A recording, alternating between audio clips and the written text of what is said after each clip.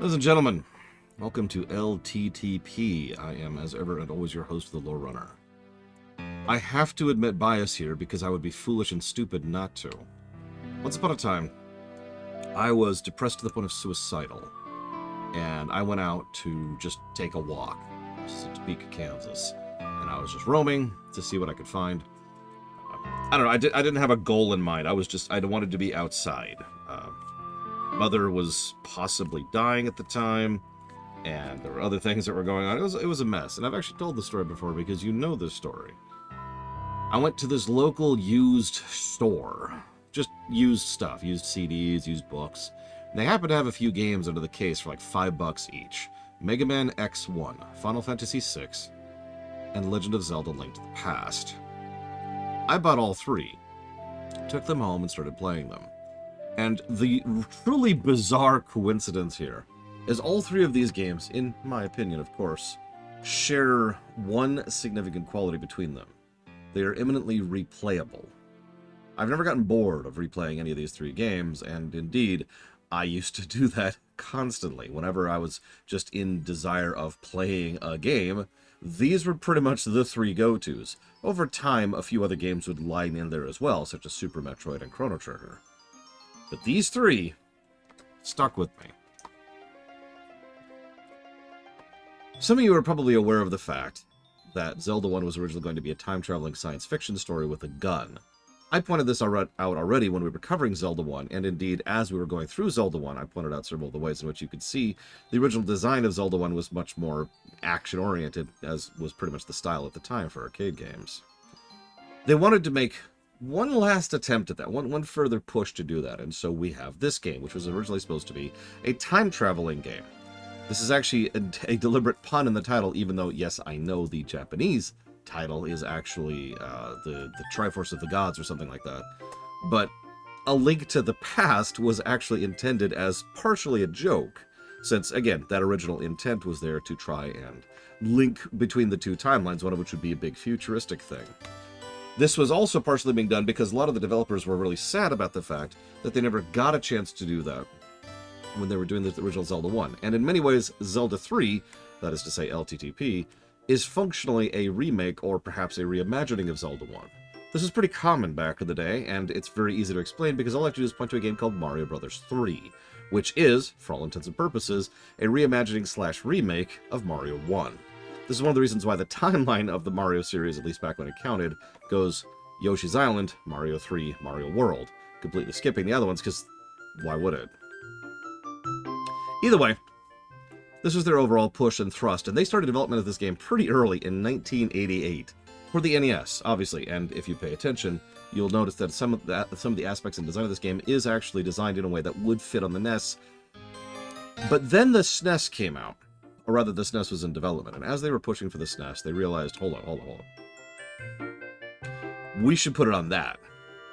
And they had this weird thing. It's this bizarre, strange alien concept. It's called not having to worry about the budget, time or financial. Nintendo was doing really, really good in the late 80s. So good that it was the first time Nintendo was able to pull what is nowadays a very common Nintendo strategy. Take your time with it. Whenever it comes out, it'll come out. We're good. And that was the approach with LTTP. Whereas Mario World was kind of rushed through in order to get it out there as a launch title, LTTP was, let's polish this a little bit. This is demonstrable in the game, and indeed, all you have to do is really look at the launch title of the SNES to really understand this. And I wrote this down. The launch title of SNES was F-Zero, Pilot Wings, Gradius 3, SimCity, and Super Mario World. Now, I'm not calling those bad games, but do yourself a favor. Put yourself into the mindset of someone who's never played these games before. There's just this brand new console coming. It's called SNES. And that's your lineup. And then LTTP comes out. LTTP absolutely destroyed almost every other game that was on the SNES at the time. Crushed them like a bug in terms of scope, in terms of scale, in terms of what you could accomplish, in terms of how it played, in terms of actually even story approach. Because there was a really big push for, I believe, the third time now, to really have an increased story focus in the Zelda game. And that giant overworld, well, that's because the actual physical cartridge was twice as big as it was in pretty much every other SNES game at the time, which also showed that such a thing was not only possible, but something that could get some good return on investment. Several other developers used LTTP as a direct inspiration for what they would eventually do with the SNES, not the least of which being Squaresoft. Either way, excuse me. So they called this Triforce of the Gods. This is back when story and continuity was actually a really big thing with Nintendo. We've already talked about the Mario games. In fact, I just gave you the quick through line. Yoshi's Island, Mario 3, Mario World.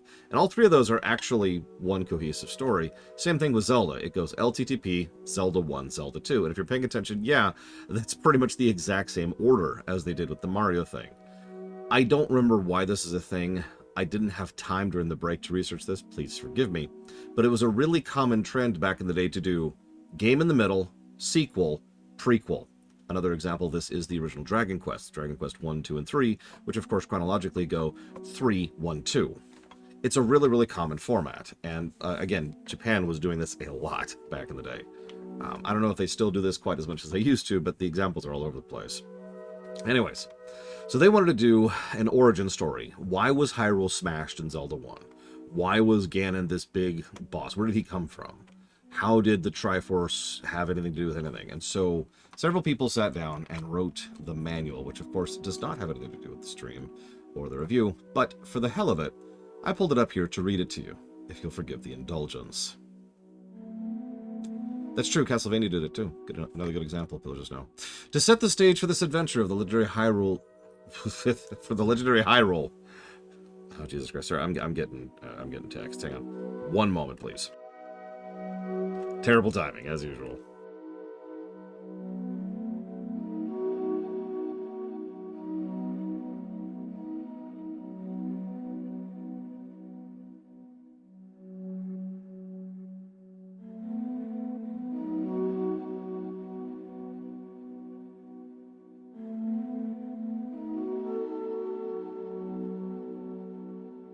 To set the stage for this adventure of the legendary hero of Hyrule, it will be informative to delve into the Triforce myth, an ancient epic about the creation of the world that is still believed in the land of Hyrule.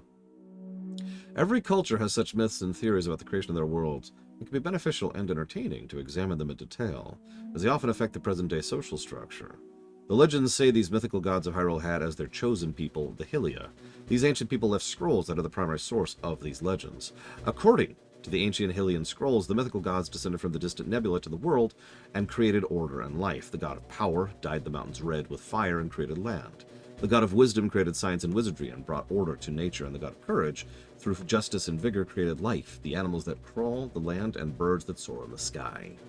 After the gods had finished their work, they left the world, but not before creating a symbol of their strength, a golden triangle known as the Triforce. A small but powerful portion of the essence of the gods was held in this mighty artifact, which was to guide all intelligent life on the world of Hyrule. Although it was an inanimate object, the Triforce had the power to bestow 3 titles which gave the person who received them great powers: the Forger of Strength, the Keeper of Knowledge, and the Juror of Courage. From its hiding place in the so-called Golden Land, where the gods placed it, the Triforce beckoned people from outside the world to seek it in hope that it would find someone worthy of these titles. With their magic-infused blood, the Hylian people were endowed with psychic powers and skill in wizardry. It was also said that their long, pointy ears enabled them to hear special messages from the gods, so they were held in high esteem by many people in Hyrule.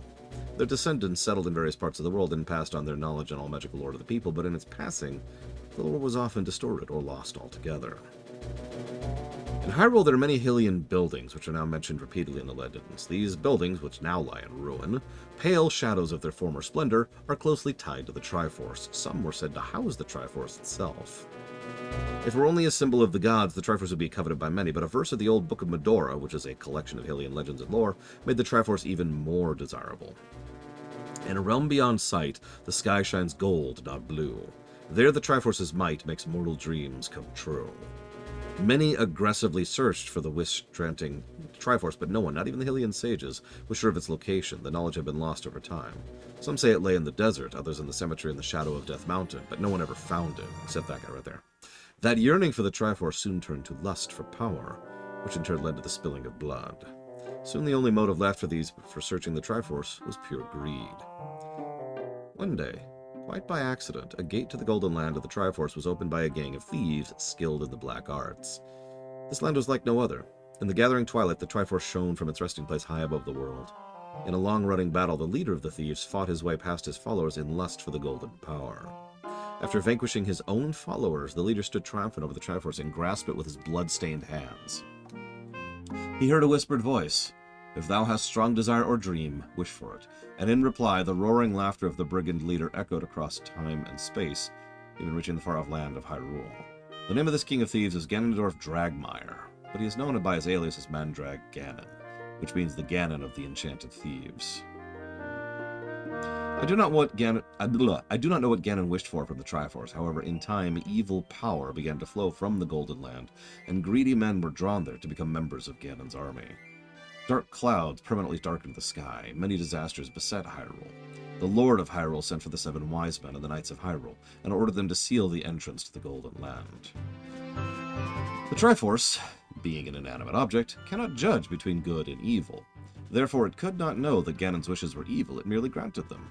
Suspecting that Ganon's power was based on the Triforce's magic, the people of Hyrule forged a sword resistant to magic, which could repulse even powers granted by the Triforce. This mighty weapon became known as the Blade of Evil's Bane, or the Master Sword. It was so powerful that only one who was pure of heart and strong of body could wield it. As the 7 wise men searched for a valiant person to take up the Master Sword, Ganon's evil army swarmed from the tainted Golden Land into Hyrule and attacked the castle. The wise men and the Knights of Hyrule combined forces to wage war on this evil horde. The knights took the full brunt of the fierce attack, and although they fought courageously, many a brave soul was lost that day. However, their lives were not lost in vain, for they brought precious time for the 7 wise men to magically seal Ganon in the Golden Land. All of Hyrule rejoiced at the victory and upheld peace and order. This war, which had claimed many lives, became known as the Four Swords Adventures. As the Imprisoning War in stories told in later centuries. And yes, I lined this up on that way deliberately. Many centuries have passed since the Imprisoning War. The land of Hyrule healed its wounds, and the people lived in peace for a long time. Memories of the vicious war faded over generations, so it is no surprise that no one was prepared for the new disaster to have recently struck Hyrule. Pestilence and drought, uncontrollable even by magic, ravaged the land. The king of Hyrule, after counsel with his sages, ordered an investigation of the imprisoned Dark World, as the Golden Land had become known, but the Wise Men's seal was apparently intact. He offered rewards to anyone who could find the source of these troubles. In answer to these summons, a stranger named Aghanim came and quelled the disasters with previously unseen forms of magic. As a reward, the king gave him a new position as chief advisor and heir to the 7 wise men. The masses proclaimed him their hero. Peace had returned, or had it?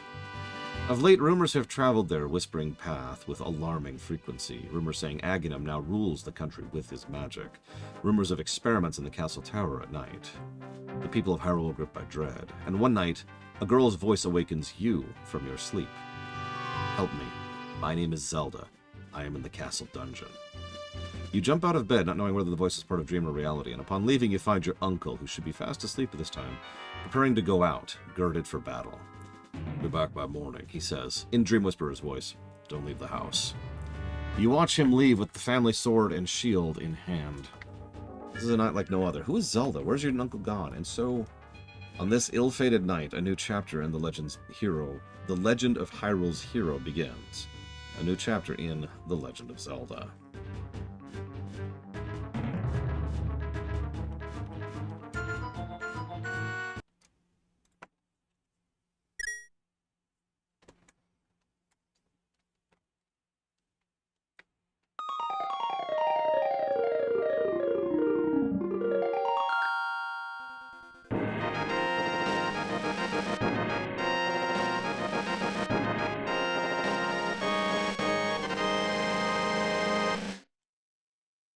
I'll take a character. Let's see. Alright, sorry. Thank you very, very much, Alchemist, for the sub. As always. Much obliged and appreciate. Just jot this down here really quick.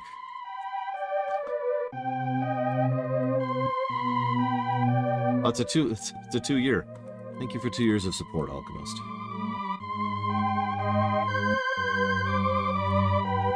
And I will put that anniversary sub. Armored Core 6, FTL, and Borderlands 2. What, don't you play the game this way? This is how I usually play the game. I guess that's actually not a joke. This really is how I usually play the game. I got this. First, I'm going to kill this guy. This is very important. You got to murder people if you're going to play mages. I don't think that. I know that with total certainty, I see. Ocarina was originally supposed to be the Imprisoning War. Just like Four Swords Adventures was originally supposed to be Imprisoning War.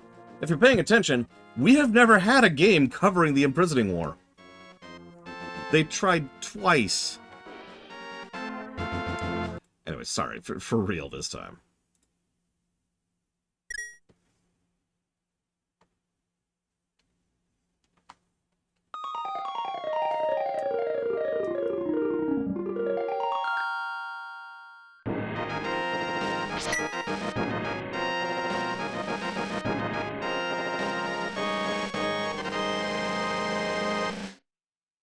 I just shared the war, Crazy Horse. Long ago, in the beautiful kingdom of Hyrule, surrounded by mountains and forests. Legends told of an omnipotent and omniscient golden power that resided in a hidden land. Also, this is talking about the Imprisoning War too, Crazy Horse. Many people aggressively sought to enter the hidden golden land. But no one ever returned. One day, evil power began to flow from the Golden Land. So the king commanded 7 wise men to seal the gate to the land of the golden power. This is when Savacom jumps in. That seal should have remained for all time.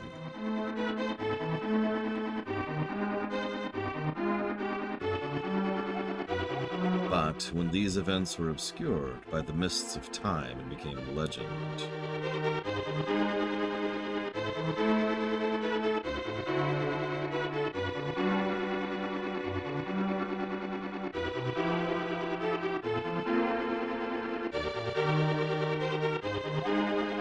a mysterious wizard known as Aghanim came to Hyrule to release the seal. He eliminated the good king of Hyrule. And yeah, just casually showing the dead king on his throne there, by the way. No, Zelda games have never been dark.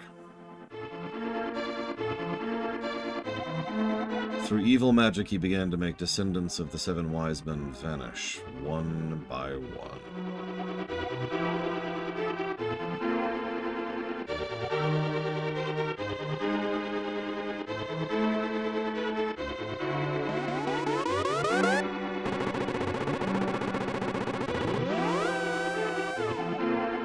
The time of destiny for Princess Zelda is drawing near.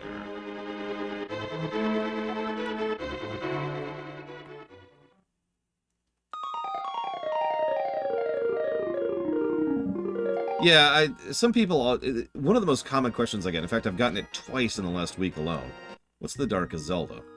And there's some obvious usual categories when someone is like, the darkest Zelda. But I always have a special place in my heart for Zelda LTTP. Because let's be clear, this is a dark game. This is actually a really dark game. And in fact, if not for the ending, this would be a downer game. A lot of people die, and worse, throughout the course of this game.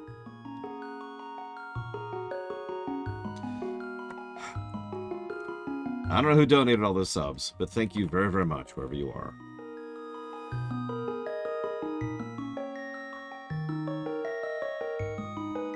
As always and ever.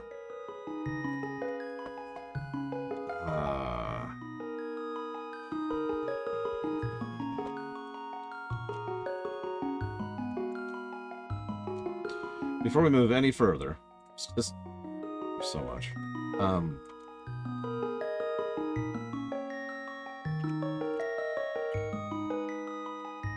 I'm already going to give an intro positive. No, seriously, that intro is legit. Perfect usage of music. Perfect usage of storytelling. Like, they showed little graphics. Not too fancy. Not too little. Showed a little bit of in-game presentation. And as I mentioned, they kind of emphasize just how bad things are getting without even having to, spell it out too much, for lack of a better way to put that. Also, I should probably mention, just as a quick aside, ow! I was very tempted to just play the LTTP theater for this. To just let it play and review that. I'm not going to, but please do me a favor. If you care at all about Zelda, go watch the LTTP theater. It's pretty damn good.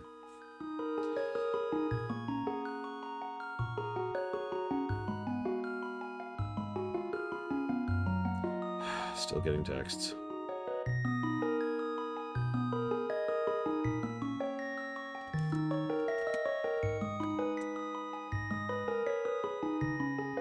So why does Link have pink hair? Fun fact, a lot of people for a long time have presumed that that is like a palette thing or a game hardware limitation, but actually no. Most of the artwork and styles at the time actually prove that, no, that was intentional. He just has pink hair. Anyways. We'll go ahead and erase runner.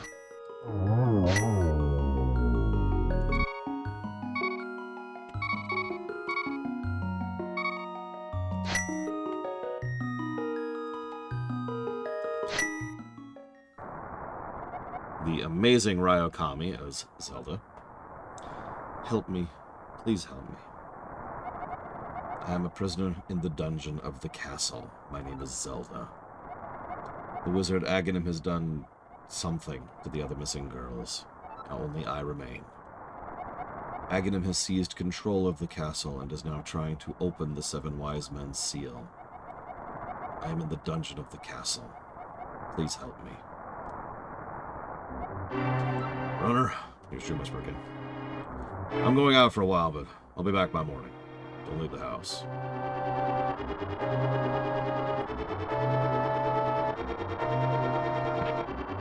Alright, do we get it? Do we get the lantern? Ah, who needs it?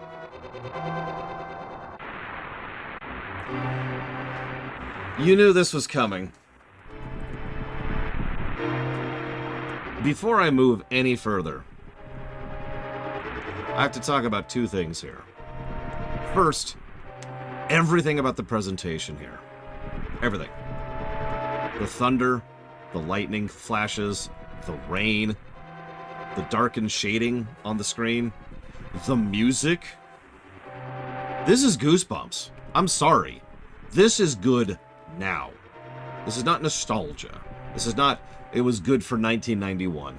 There are games now that could actually learn lessons from this screen right here. This is fantastic atmosphere, and immediately gets across something that is very prevalent throughout the course of LTTP. Dread. I didn't realize this until I was about halfway through writing the theater for the LTTP theater, but I was writing it as a horror game. And it made so much sense in hindsight, because this is a world on the brink of an apocalypse. Right there. It has been stretched to the absolute breaking point, and there's literally one last barrier preventing everything from going to hell. And that's where the story starts. It's a very powerful point to start the story at, and makes perfect sense, especially when you consider that this is supposed to be a prequel to Zelda 1, a game that starts after an apocalypse has already happened. And something Zelda 2 continued the idea of.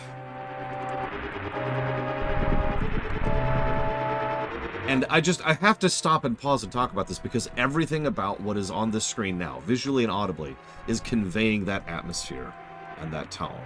Now, in the off chance you're lost, there's actually a little bit of extra text. I know there's a hidden path from outside the castle to the garden inside. There's also very, very few places we can navigate to right now. If we go over here, we can go a little bit, but there's already guards right there. If you talk to the guards, they say, go home. Then they give you tutorial stuff. They talked about how to pick stuff up. They talk about how to swing a sword. They talk about how to pull up your map. They talk about how to open chests. Just a very, very quick and individual thing. Oh, absolutely, Jiggly's saying. Again, Zelda 1 is post-apocalypse. The apocalypse has already hit in Zelda 1. Hyrule is smashed. By the way, how many of you noticed that in addition to the rain, like, streaking down on the sky, there's little animated bits where the rain is hitting the ground, too.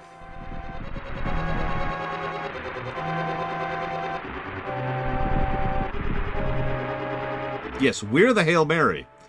We're the oh crap.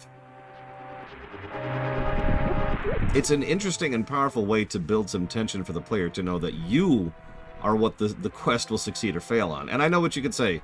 Well, yeah, that's true in like every video game ever. But no, most video games, in my experience, absolutely fail at building that kind of pressure on the player to make it feel like you really are the one thing that might make this work. There are a few games that pull that. Not a lot.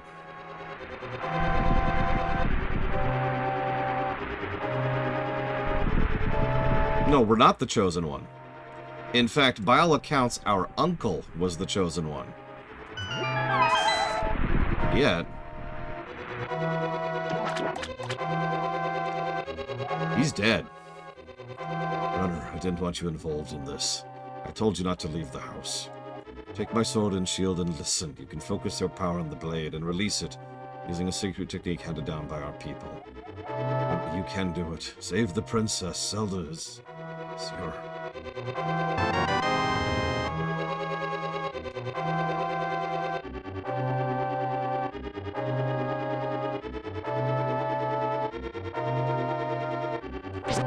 So, already building a whole lot of tone.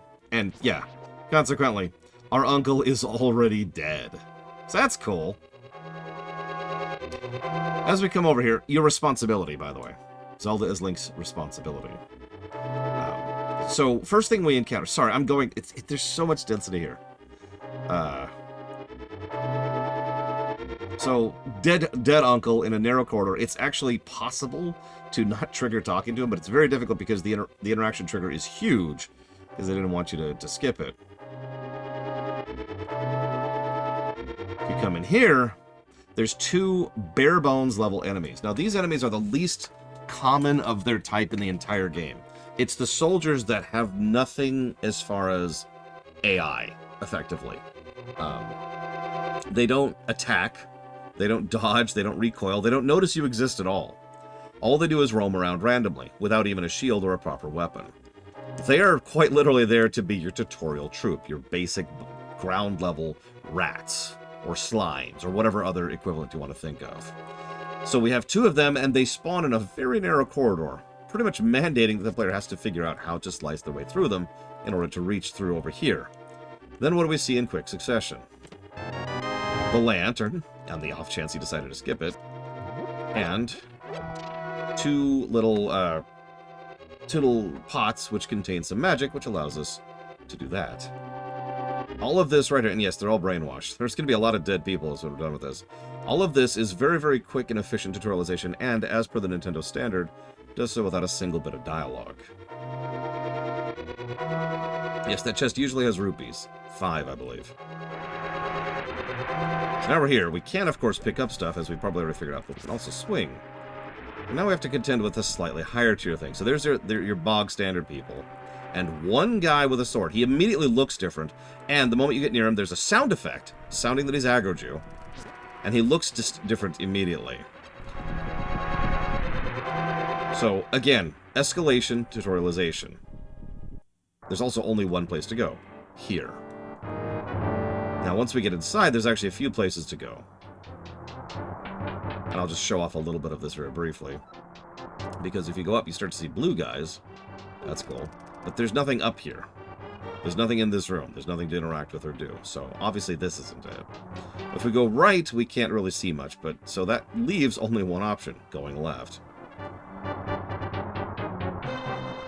The SNES was pulling some interesting work when it came to layering, because none of this is really on different layers. Like, there's no real Z-axis. It's more like there's loading layers.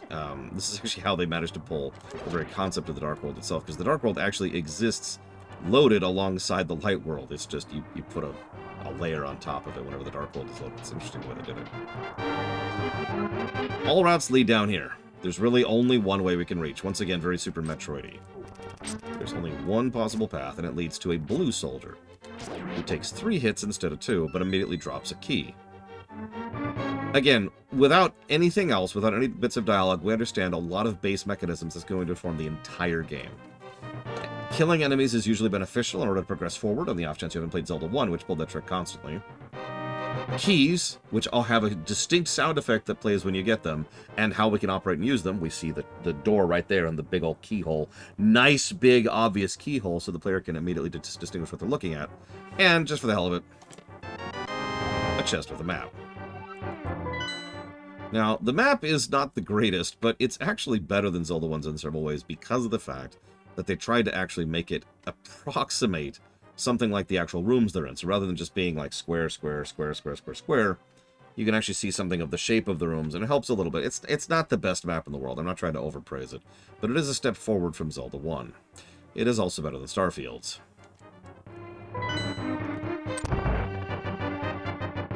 Oh yeah, also, this game starts with a dungeon.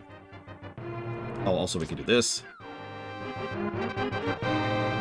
However, the interesting thing is, did you pay attention to that? That's on purpose. It's almost scripted. I believe it's actually 100% scripted, but don't quote me on that. That the guy's going to roam over here as his very first action. So you're very likely to attack him and swipe him into the distance, so now we understand how that works. Of course, that goes the other way as well. We can also be knocked over the edge. We can also attack people with things that are not swords, if we feel like it. Notice how these are in the way? So we're actually likely to pick those up simply because they're in the way, regardless of whether or not we actually want to use them. Also, God, there's so much density here. First of all, it's really, really basic loop on the light, but I do like the fact that there's at least a little bit of animation in the background. It's nice little stuff. Second of all, you like how those bricks just kind of fade into the darkness to indicate that's a pit? Just nice little touches like that. Nothing super fancy, but stuff that is very indicative. Most of what I'm talking about is more a +2 gameplay than it is to story. No tricks here, although we can bypass these two.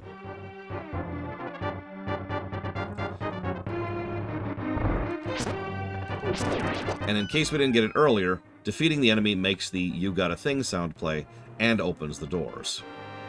We can't go through the locked door, we know what that is, so we can only go through here. And you'll notice, once again, there's only one path we can take at all times, other than backing up and going back to where we just were. This is a good time to talk about this menu. This is very, very basic, but I love the visual distinction on display, especially with regards to color. Green is your current item on the upper right, as well as the items you can select from. Yellow is your quest stuff. Red is your interact stuff.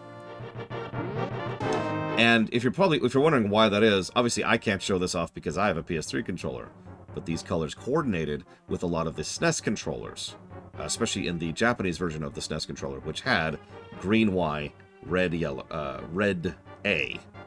I forget if I'm pretty sure X was yellow, but don't quote me on that. So, immediate color relation between the two. Once again, lots of tutorialization on display here. Wonderful, wonderful tutorialization. The kind of stuff that they also already kind of proved they could do back in Mario World. Also, Koji Kondo doing what Koji Kondo does best.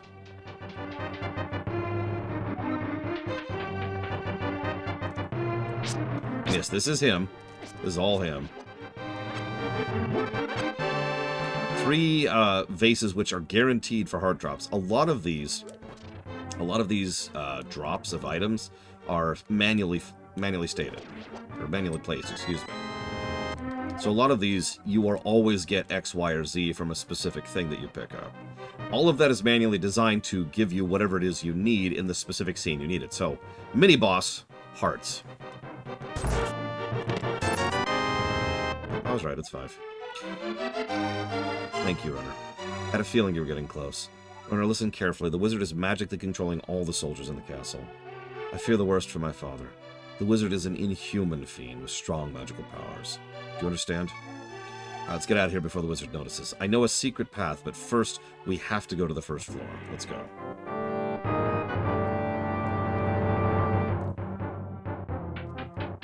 Please go watch the theater. I want to rewatch the theater now.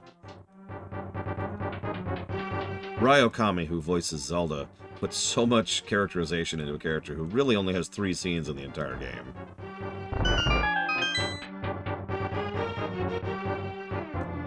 I should throw up like a command just to go to the LTTV theater just for this. So all this is backtracking. You'll notice that all the enemies are staying dead with a couple of exceptions. You have to, again, this is kind of the respawn thing we've already talked about. It's the 2 screens or 3 screens away. To my knowledge, there is no remake of this game. Now, there was a port for this game on the GBA, which was an objectively worse port in every way, which is why we're not reviewing that one.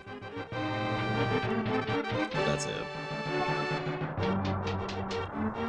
We can hear the rain again as we get further to the surface. I think I agree. Let's go ahead and do that really quick. One moment, please.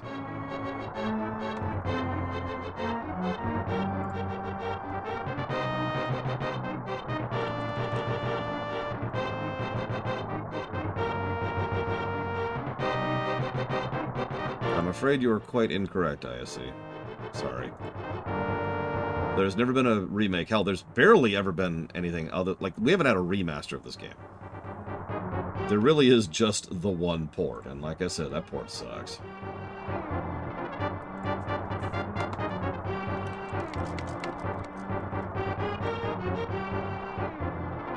The condensed screen wasn't adapted for, so some of the puzzles and enemy encounters and bosses are a little bit worse because you're dealing with this instead of this. The graphics are obviously worse because of the palette problems. The audio is obviously worse because of the audio mix problems. And the biggest problem is they decided to add a bunch of features from later Zeldas, like, say, audio spam. So imagine playing LTTP, but every single time you swing the sword, it goes, ha ha. Do not recommend. Yeah, I should also mention LTTP doesn't really need a port. It's good now.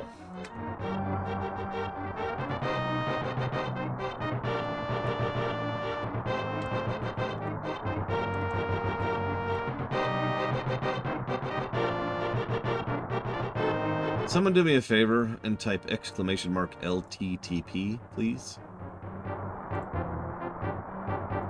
Yeah, no, I actually owned that copy of the game, Phaethon, and I played it for like 20 minutes, and I hated it by that point. Like, it's not horrible, and if that's all you have access to, fine, but oh my god, it is just not, it just doesn't compare.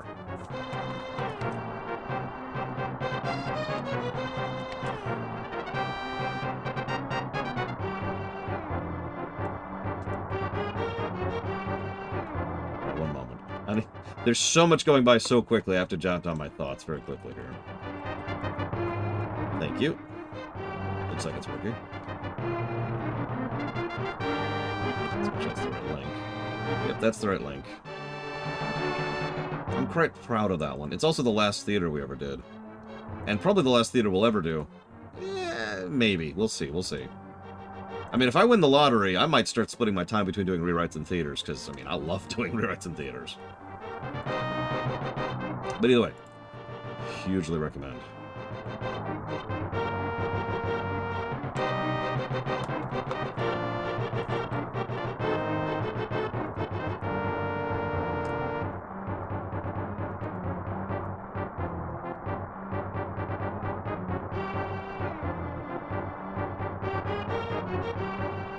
Always appreciate the comments.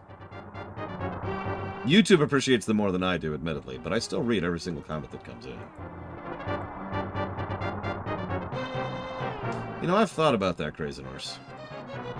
But the problem is, I want to do the rewrites. So I want to do my version of Star Wars. I want to do my version of Zelda. I want to finish my version of Final Fantasy. I don't have infinite time, Talia. What do you want from me?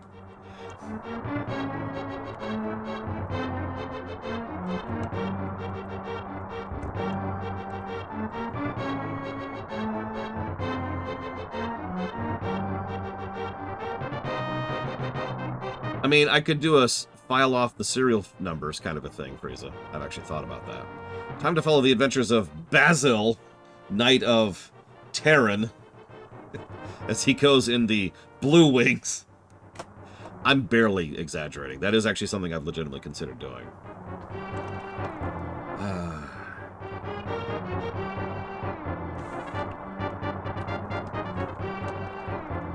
Telling you, if I had an Enertron, I'd use the crap out of it.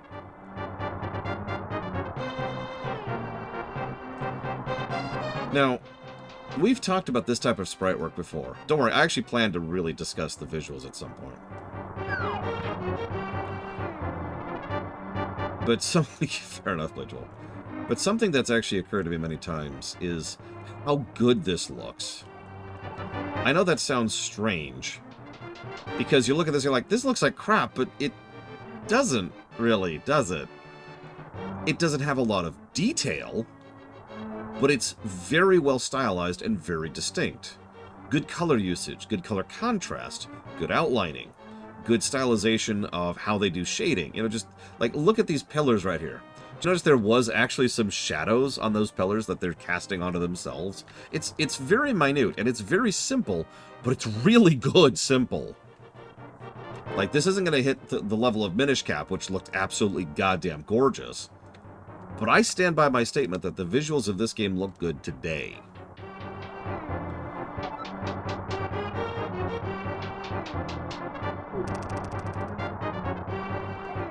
That ornamental shelf should open. Do you have a light? It's pitch dark inside, and you can't see without one. If you're ready, let's go. Help me push it from the left. Oh yeah, there's actually one other benefit of simple artwork. Gameplay. Don't mistake me, I like something looking good as much as the next person. Really. But simple art means you can make things very, very distinct. And that means you can do a whole lot of stuff when it comes to gameplay. You can make sure that players see interactables, or icons, or hints, or guidance, or enemies, or items, or whatever, right? You can tell immediately where you are and what you can interact with, just like that.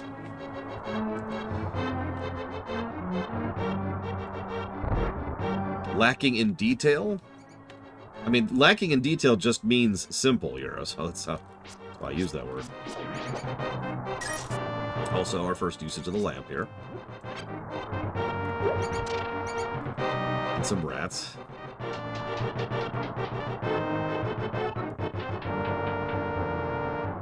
And some snakes. You like snakes, right?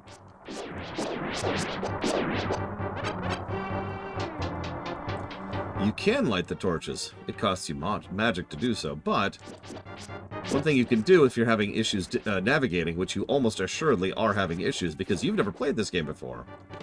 You don't know where you're going instantly and perfect like I do, so if you light a torch, this happens. Now you can see a little bit and navigate a little bit better. Figure out what you're doing. But if you run out, timed that a little bit badly, it goes back to this.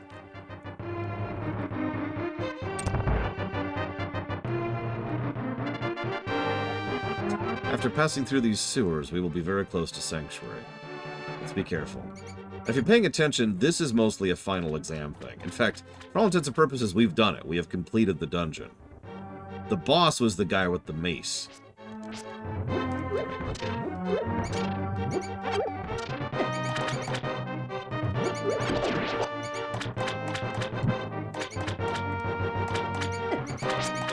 And if you put more lamps on, not only does it stay... Whoop, hang on, let's get some magic back here. Not only does it get brighter, but as they dim, they gradually get dimmer until they go back to finally being all the way out.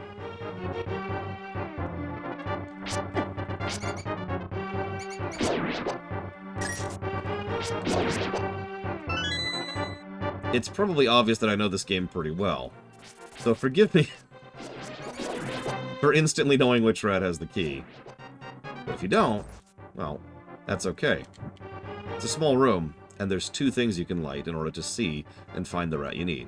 And once again, reminder, as of this point in the game, 2 separate rooms have tutorialized that killing all enemies is a way to progress.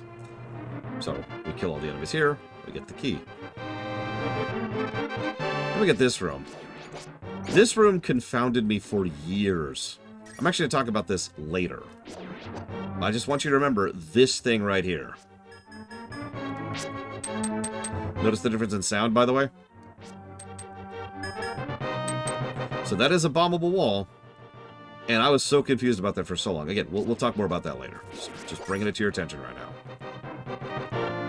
It is kind of the style of Zelda, though. Like a lot of Metroid games, and yes, there was a lot of cross-pollination between Zelda and Metroid, especially in this era. Excuse me. But a lot of the way that they would approach it is they'll give you access to places you can't really progress through yet, but they want you to remember there's a bombable wall there, or there's some hammer pins here, or there's a dark block in your way, etc. They want you to be keeping either a mental map or a literal physical map of what you can interact with, or rather, more accurately, what you can't interact with yet, so that as you get more tools, you think, I need to go back and check that. And they always try to design the area so that you can see those things easily and smoothly, just in a normal playthrough, just from walking through the area. All right, left or right?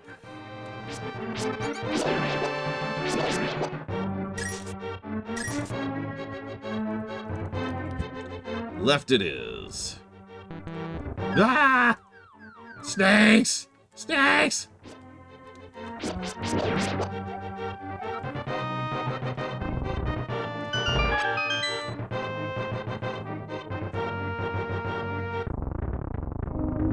Welcome to the only bad song in the entire game.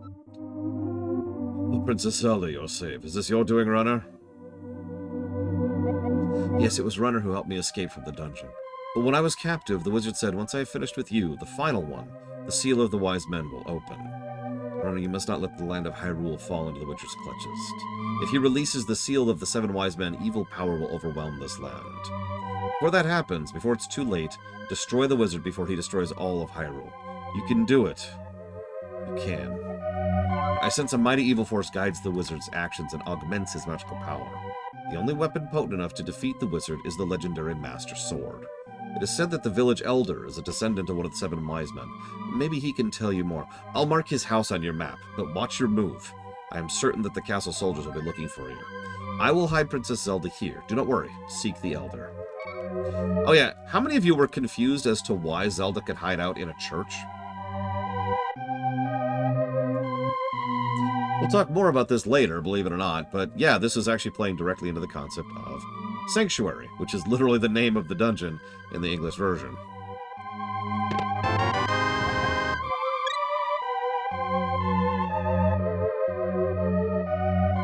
So, that's the end of the intro. Let's jot down some thoughts, shall we? Very quick intro, by the way. That's something like 27 minutes. And that was me taking my time. Actually, yeah, Hyrule was originally Christian. And once again, there was a lot of deliberate Christian parallels, as was designed based on Zelda 1 and Zelda 2. Link was originally a Christian paladin. Although they did finally start to flesh out the mythos a little bit more after this game. That is still firmly a thing as of here. At a point later in the game, he will literally do the, I don't know what it's called, but the cross, the motion of the cross, which is a Catholic thing, I believe.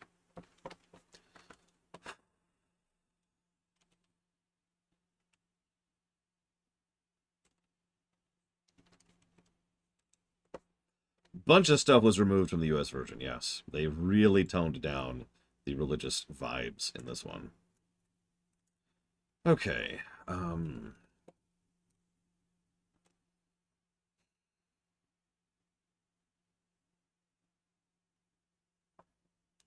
Yeah, they did it with Castlevania as well, which is funny because Castlevania is deeply rooted in, like, Christian mythos, right? Like, you are a force of God going to defeat an evil who has been effectively possessed of a demon. Like, that's where Castlevania came from. Although, the mythos, once again, would develop past that after a while. I mean, hell, even in the final... This is not a spoiler. Even in the final version of Castlevania, in the current timeline, Dracula himself used to be a crusader. You know, those crusaders. Yeah, one of your main weapons is a cross. A holy cross, for God's sakes. Anyways. Okay, words. That's so good. I'm sorry. I'm sitting here trying to process how many positives to give that sequence that we just went through, because it's an extremely good tutorial. It's an extremely good intro. It is not quite at the level of, say, Mario World, but that is damn good. You understand how to interact with items, to interact with the world around you, how to interact with enemies, how to push through multiple different types of puzzles, and very, very basic puzzles, but it gets you in the mindset of what format puzzles can take so they can then develop those themes. I talk a lot about gameplay themes throughout the course of the thing. There's so much done very, very quickly. It's bonkers. I think let me do this really quick here.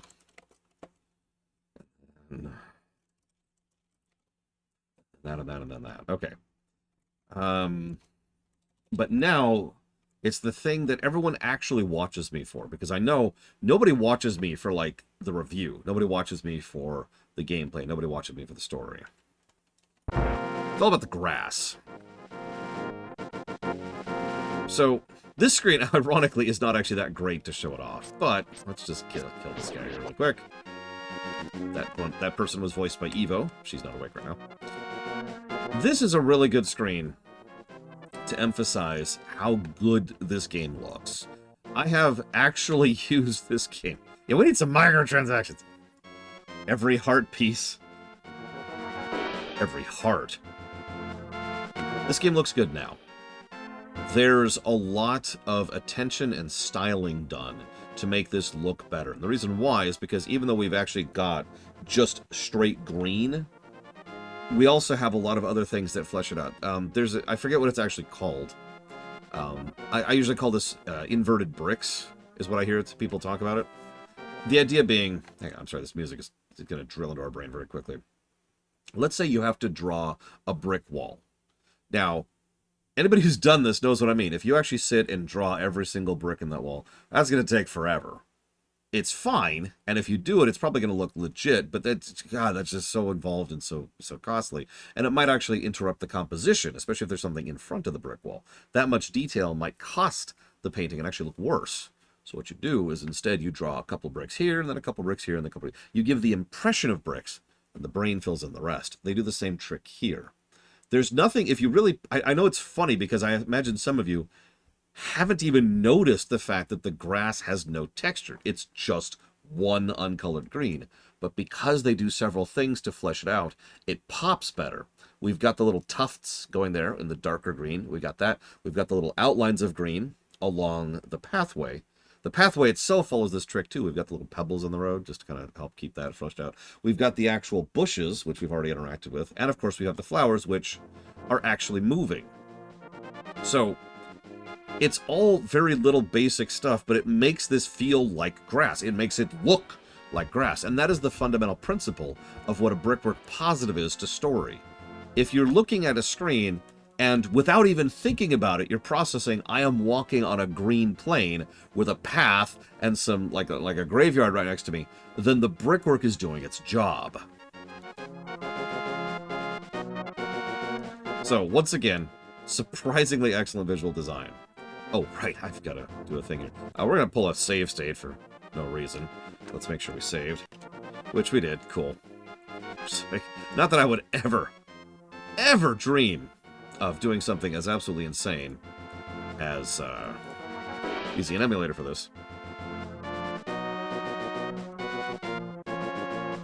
So we can go right. Immediately we see more enemies, harder enemies, and stuff we can't interact with. I'm just going to brush through this real quick because almost everything about going right tells you don't go this way.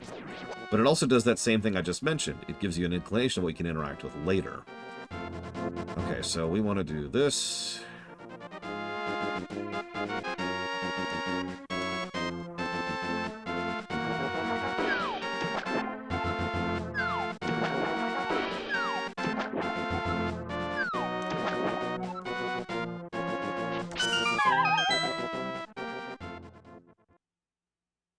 Damn, I did it wrong.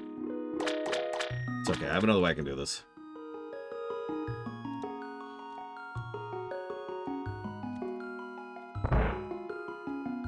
Yeah, less is more is very much what LTTP lives and breathes in. We'll talk more about the indoor visuals in just a second. Let's go all the way up to the left. There we go. I have to do it 3 times this time.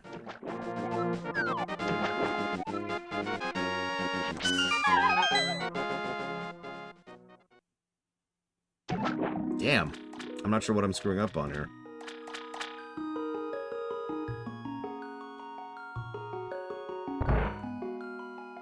Give me one more try. Give me one more try.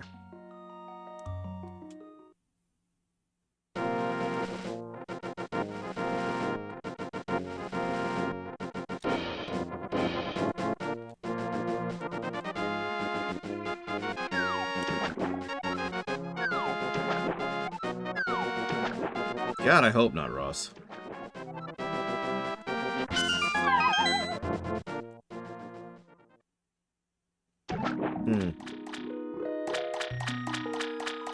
Oh, I give up. I actually don't know what I'm doing wrong there. You do a little bit, yes, Ran 36. Positive for how hard it is to break the game engine. I mean, this is a tight game engine. Maybe if we try it from higher up. No, that's still going to move the camera. And I need to go up into the corner. I need to get up here. And I've actually got a visual guide right over here. There are 4 methods to accomplish this, and I kind of wanted to do this first, since, you know, why not, right?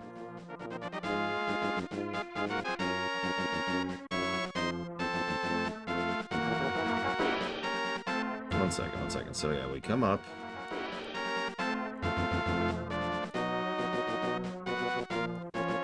Go up this, let it move me. And then this, and then this.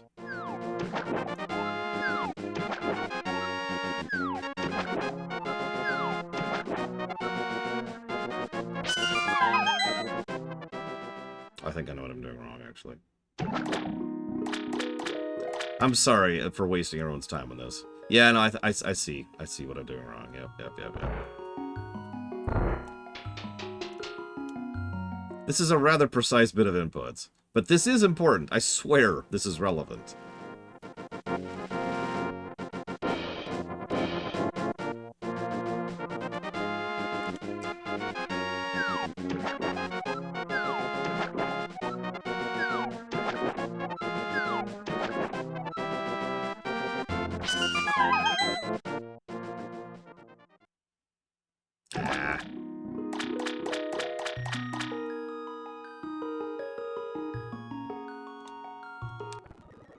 Whoop. I forgot I had that bound over there. Sorry. One last try, really quick. I'm actually going to set a save state here, just to do this properly.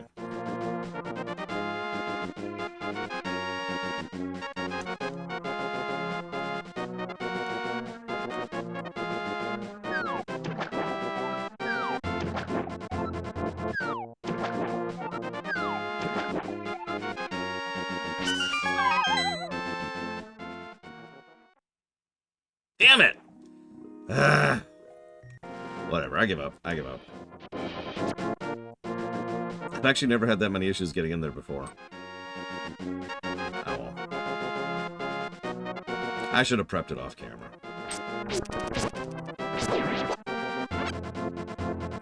Anyways, there's not much we can do if we go right. But you know what we can do is we can pull up the map. So, this is not the best map in the world. But you know what it is? A surprisingly good map, all things considered. As usual, this is manually crafted, and it does do a pretty good job of indicating what you can interact with and where you can go. Now, again, I'm not going to overpraise, but you can tell, you know, you can go there, and there, and there, and there, and there. That's blocked by that house, that's blocked by that. There's the river over there, there's the bridge, there's another bridge. Up to Death Mountain is its own thing. You get the idea. You can see pretty much the whole world and how you can interact with it quickly. And a lot of the different biomes you're going to be able to interact with. So that's good. It also, as I kind of just showed off by accident, allows you to zoom in and look around a little bit more if you want to. But, and perhaps more importantly, yeah, that's the one Talia said. Perhaps more importantly, it shows you where you're supposed to go next. I know that's sort of pathetic, but as I've said many times, there's a value in having a quest marker. In fact, for all that we talk about games like Oblivion or Skyrim, this is one of the earliest examples of quest markers in video games that I can think of. I'm not even sure anything actually predates this when it comes to using quest markers. There's your destination over there, and that will update periodically as we go throughout the game. Now you're probably thinking, oh, it's terrible and I hate Skyrim. It's valid to hate Skyrim. That's not terrible, because it's there for if you put the game down for a while, or if you're not sure where to go next, or whatever. It is a completely optional thing you do not need in order to be able to progress through the game. Because most of the terrain design and overall design is good enough that you'll probably figure out where you want to go without actually needing that. But I should also mention, and this is important, at this point in the game we can actually access a fairly large amount of the overworld map. It's pretty much everything that's light green. It's almost like that was done on purpose. Because while we can access certain areas that are not light green, there's not really much else there that we can interact with. We don't really have a lot of ability to get to Death Mountain, or at least we're not supposed to be able to get to Death Mountain yet. We can't really do anything in the forest yet. We can't really do anything in the desert yet. So there's your accessible terrain. That's a lot of stuff to explore. And yeah, the clouds there surrounding. Oh, also, once again, as usual, Hyrule is in a valley. I'm pretty sure this is the game that actually started that concept, although I could be wrong. It's possible Zelda 2 was intending that as well. Anyways. Oh yeah, and other important thing. I know this is such a basic, bare-bones thing, but you'd be surprised how many games screw this up. It shows you where you are on the map. So that's nice. Of course, we know exactly where we're going, don't we?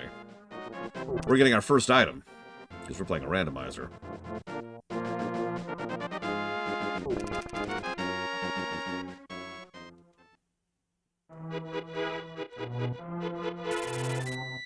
I'll gush more about this place later, but all I gotta say right now is this is just amazing.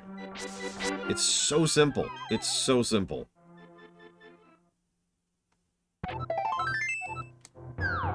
Damn, all it was a hard piece. Ah, well. Hey kid, this is a secret hideout for a gang of thieves. Don't enter without permission. By the way, I heard that one of our ex-members is staying at the entrance to the desert. Good to know.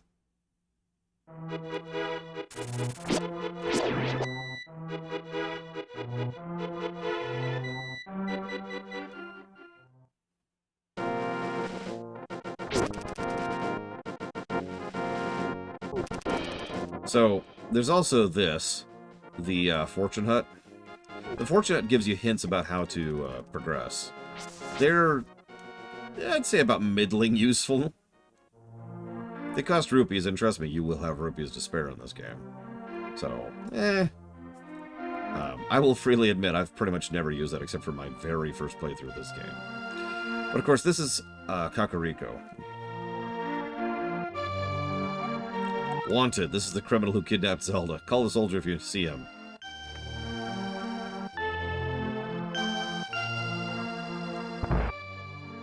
This is the greatest thing ever, Ventress. It's so great.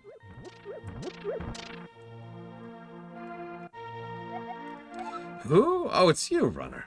What can I do for you, young man?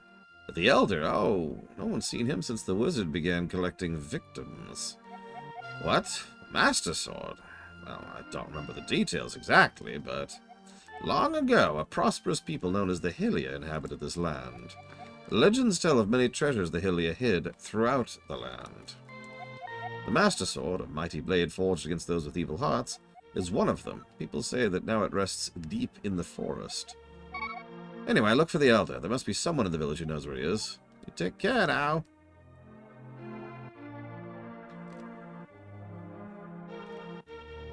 Yeah, so your next step of the quest is literally talk to everyone, because the quest marker doesn't update. Okay, I can do that. But, you know, I need to get a few more rupees, because I need to buy bombs as quickly as possible, so I'm just going to rob this guy here. Yo, Runner. This house used to be a hideout for a gang of thieves. What's their leader's name? Oh, yeah, Blind. He hated bright light a lot, and he was voiced by Random. Hi, Dr. Winter.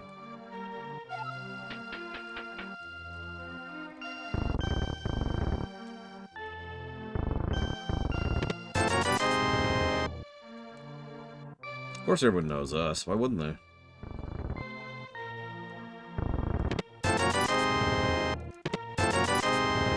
some money. Over here. Although I kind of forgot to do this second. I'm already screwing up my rando. I'm sorry, everyone. It's okay, this game sucks, Yura. Nobody likes this game. I mean, imagine liking LTTP. Ridiculous.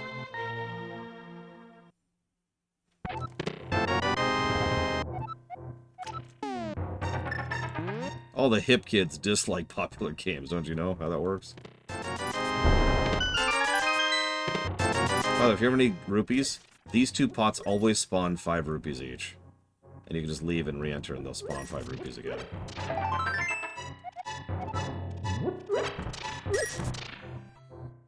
God, this game is so trash, Rax. I don't know why anybody plays this game. Co-op. Randomizer. Which I highly recommend, by the way. It's a lot of fun.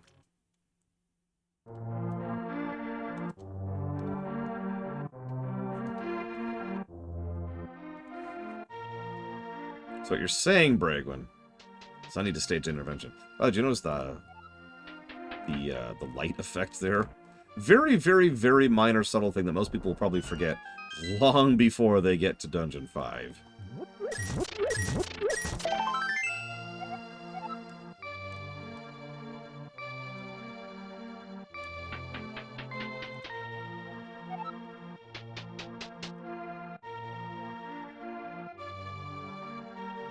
This was the first game that I'm aware of that did the adventures. They wanted to do that with Zelda 1, and the hardware just wasn't there. Oh, hey! It's a vendor. What's up? You, sir! I think this guy's voiced by random as well. Have you been going through life without one of my hold-anything bottles? I'll step right up and make your life complete. No, this was, Benvolia, I think, voiced us? Step right up and make your life complete. I've got on sale now for the low, low price of 100 rupees. Goodbye. Take it above your head. Now, thanks a lot. Now hold it above your head for the whole world to see. It's good for business. Now we have a bottle. Sorry, I didn't even say thank you to Rax. Die, Rax. Or no, don't do that. Do the other thing. Whatever it is. BBZ Kakarot. What genre is that game, anyways? Hearts Block. It's an ARPG. Wow. Not what I would expect from a DBZ game.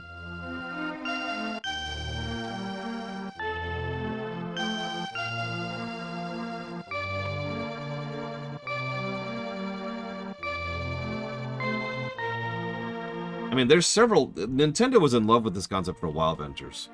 If you remember. Metroid Prime 2 is a good example of that. And other examples I can't think of for some reason right now, but there are others. Hey, here's Runner, the wanted man. Soldiers, anyone, come quick!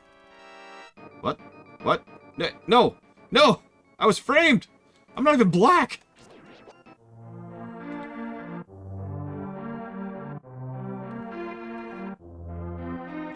So... I love the little tidbits of visual presentation that they do here. Or not visual, sorry, visual storytelling. Just helping to indicate that some of the people in town are absolutely on your side, and some of the people are not. Rumors say you kidnapped the princess, but I still trust you. Aw, thanks. Hang on just 1 second. That broom is not a rake. Your grandma's gone insane. Okay, we're done. Seriously, she's using a broom to sweep the grass.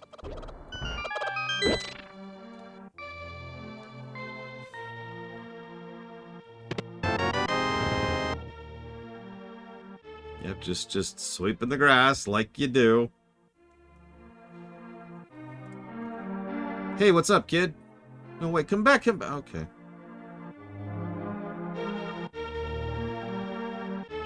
By the way, notice that the game starts you out in a kind of a counterclockwise thing. And if you follow the counterclockwise, you'll run into the kid you need to talk to, which is that kid right there, pretty quickly. I will finish this game tomorrow with 100% certainty, getting fat.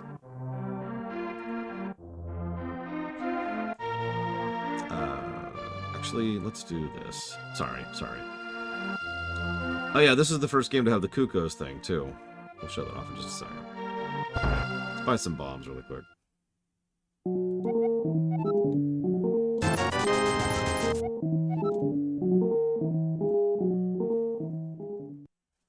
I'm sorry, Crazy Norse, but you have earned your namesake. You truly are crazy.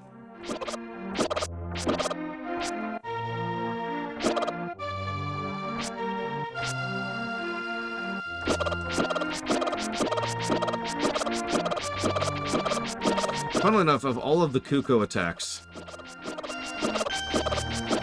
this is probably the most terrifying of all of them in the games. Like, in most of the Zelda games, these things are not particularly damaging, but in here, they will keep following you, and they will keep spawning for a while. Oh my god, they stopped. How did they stop? Anyways, apparently they stopped if I go too far to the left. That's really weird. I swear they just keep following you. Whatever. Point being, you can actually die from that pretty easily. I have no idea how I broke that. Moving on. Bombs. I must torture even more Kukos. For science! Alright. Enough screwing on. Hey, Runner. The Elder. Oh, you talking about Grandpa? Okay, but don't tell any of the bad people about this. He's hiding in the palace past the castle. I'll mark the spot on your map. And there we go. But only on hero mode, Kitten Fan.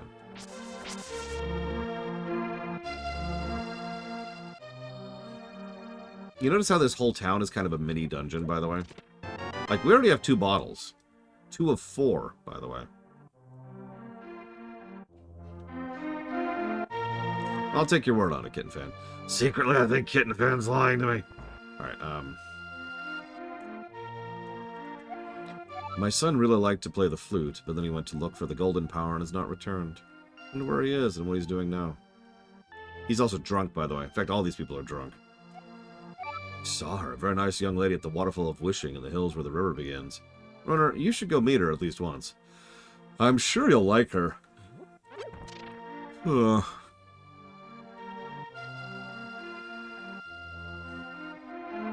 The 4th one is from the treasure chest side quest.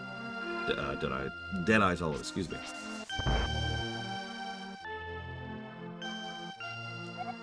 Hi, Runner. Sorry about my yard. It's a little overgrown. Thanks for visiting.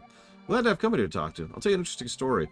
There's a lake swimming with Zoras at the source of the river, but it's hard to find. The treasure of the Zora can turn people into fish. I'd love to see that. So, plenty of hints. Plenty of lore, plenty of rewards. This is a really well-designed town. And, of course, we have a bottle, which means he'll talk to us. I can't go out now because I'm sick. People say I caught this cold from the evil air that's coming down off the mountain. This is my bug-catching net. I'll use it when I'm better, but for now, I'll lend it to you. You borrow the bug-catching net. There may be other things you can catch with it, too. Yep, bees and fairies. Okay. Yep.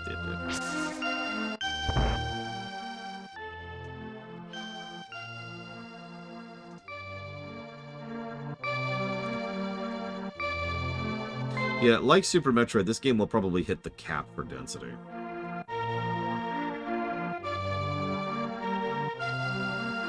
Just gonna visit this really quick, because if you go here early, you see a dude. He's like, hey, my lost partner returns, you can temper your sword, but now I can't do anything for you.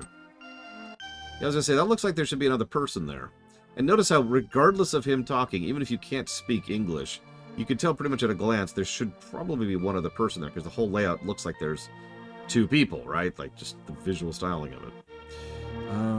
Okay, so let's go do this. He is a dwarf. He's also a smith. We are here, and oh, there's a library. That's strange. We don't care about libraries, though. Libraries are tools of evil.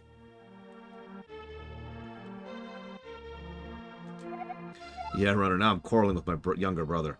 I sealed the door to his room. Well, let me just fix that for you there, buddy. In one game only, Talia. Hey, Runner, did you come from Elder Brother's room? Is he still angry? Well, I did just blow up a hole in his house. If you can reach the goal within 15 seconds, we'll give you something good. Go! By the way, you know how I talked about how we weren't doing side stuff in a lot of these games? You notice how a lot of the side stuff in this game are very, very quick and efficient and fun and rewarding, as opposed to taking literal hours of slog to do, and backtracking and waiting for something to happen.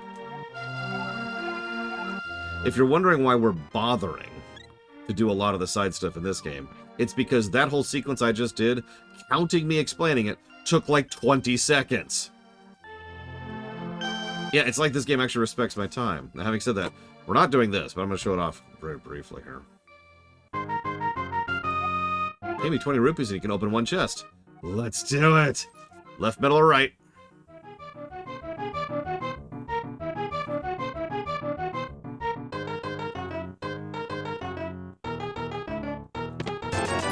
Well, we broke even. I'll take it.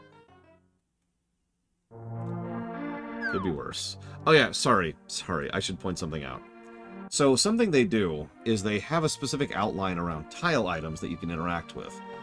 That sounds like an obvious statement, but what I mean is that these little bushes you can pick up, which we've already been tutorialized we can pick up, obviously. It's really clear, right? Like, you'd see that clearly and distinctly amongst everything. And we can't do anything with these posts. Ugh. Or these. That's so strange. These look like I should be able to pick them up, right? Like, doesn't that just feel like something I can pick up? Oh, well, I wouldn't worry about it. Anyways, moving on.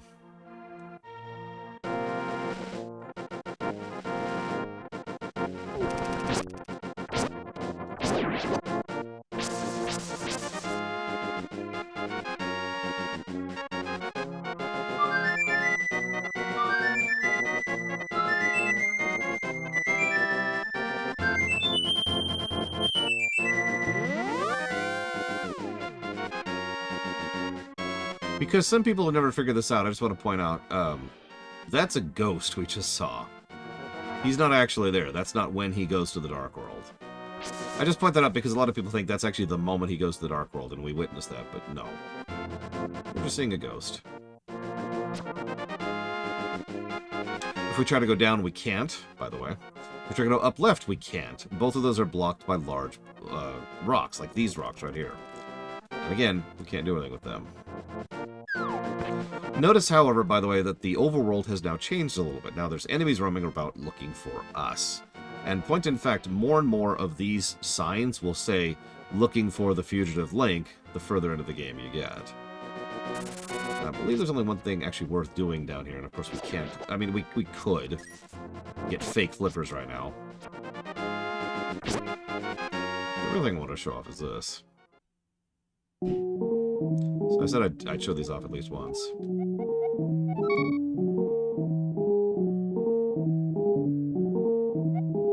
You'll find the Elder Sahasrara. That's it! Wow. I mean, we literally have a mark on our map, so... But like I said, they give you a bit of a tip on where to go next and what to do next. It's not...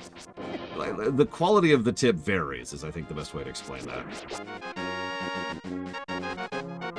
Is the map layout similar to Ocarina? I mean, Death Mountain's in the upper right. Gerudo Desert's in the lower left. The lake is in the lower right? So, sure. I think we'll go with sure as our answer to that. I thought about it, Don, but, you know. Yeah, it's better than nothing. It's something not great, but it's more likely an absence of a negative than a presence of a positive, is what that is.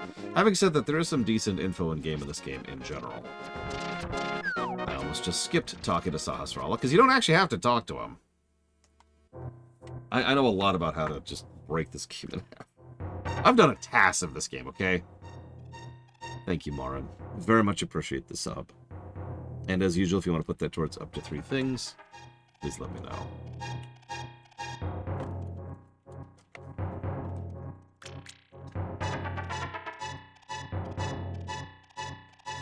So,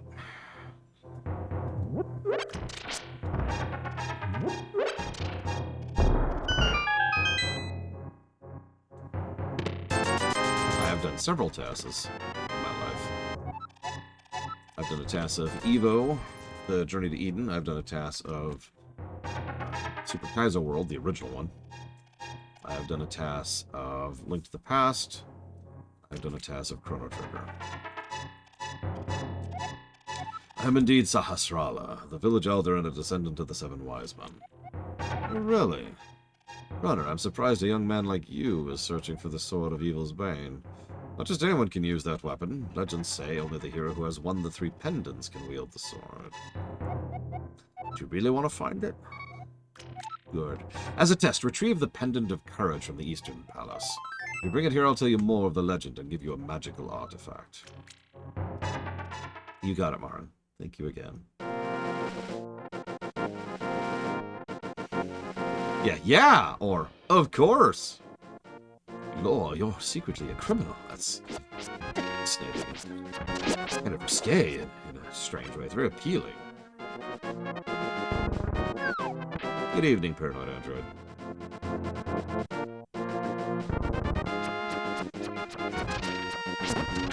For those wondering, the specific requirement for talking to Sahasrara and getting an award from him is having the Pendant of Courage. So if you find that one pendant, hey.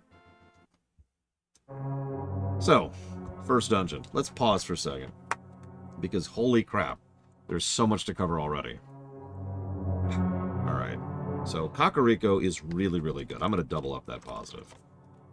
It's an excellently designed game hub kind of a thing. In fact, we'll do it like this. Good night, Crazy Horse. Yeah. Music in this game, I've heard better music, but what's probably going to happen is we're probably going to sit on 2 positives for music. And then we're going to give a song positive later. You know the one. Game controls excellently. That's a triple. Combat is good, but could be better. That's a single. Guidance, we'll think about. HUD is good. Hit, we'll debate that as we go. Itemization, we'll think about that as we go. Penalty for failure is the usual. Terrain design, we'll think about that one. Visual distinction is nothing short of fantastic. This might legitimately be a triple when it comes to visual distinction. Sound design. This is actually something that's going to be common for every Zelda game we cover from this point onwards. Sound design is excellent. I mentioned something earlier where you can tink the wall to indicate where you can interact with, but also every key is distinct. Certain enemies are distinct. When you successfully solve a puzzle, it gives us distinct noise. When you're moving something, it gives a distinct noise. There's a lot of sound design that functions a gameplay purpose, that tells you what you're interacting with, how you're interacting with. It's feedback. It's the all-important feedback. And that is very, very important and critical in game design, and something that I never had an opportunity to talk about until pretty recently when I started reviewing really bad games that suddenly just didn't have feedback. Starfield! So it's nice to see games that actually do this. Enemy design, we'll debate that. Pacing, we'll debate that. Replayability, duh. Only really the one, though. I can tell you right now, this game only really deserves 1 replay positive, which is sad, but it's true. Overworld. The Light World Overworld is kind of interesting in the fact that, as I mentioned earlier, you have access to most things. It's just very specific spots you're locked out of at first. For example, in order to get to Dungeon 2, we need to have the Book of Medora. To get the Book of Medora, we need the boots. To get the boots, we need to finish this dungeon. So there's your chain. But there's nothing actually preventing you from going to Dungeon 2 right now. I could walk up to the door of Dungeon 2 right now. Now, Dungeon 3 is a little trickier. Dungeon 3, you're supposed to be able to get through later. There's a few specific things that are getting in the way there. But it is possible to get all the way up to Dungeon 3 and interact with that as well, if you decide to go ahead and go that route with it, which you can.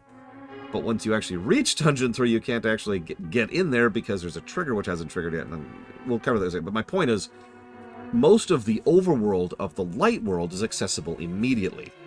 Now, whether it's good, bad, or in between is debatable, and indeed, I do think it probably contributes at least a little bit to the lost feeling that several players have when playing this game, which is funny because the Light World is so much easier to navigate.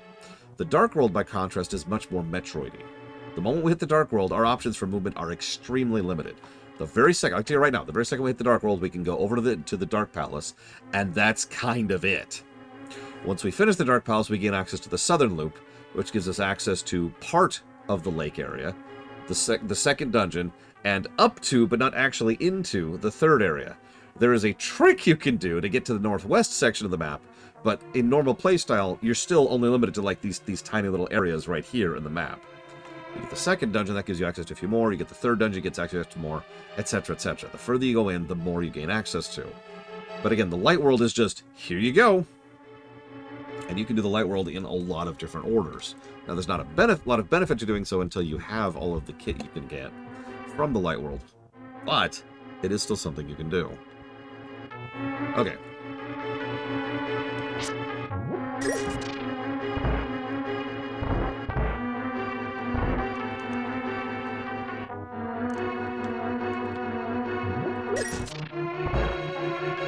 Here either. Also, you need 610 rupees in order to progress through this game. Need. The money gate. Now, normally that would be the kind of thing that would be in the territory of being a negative, but I don't know about you, I have never had trouble getting 610 rupees in this game.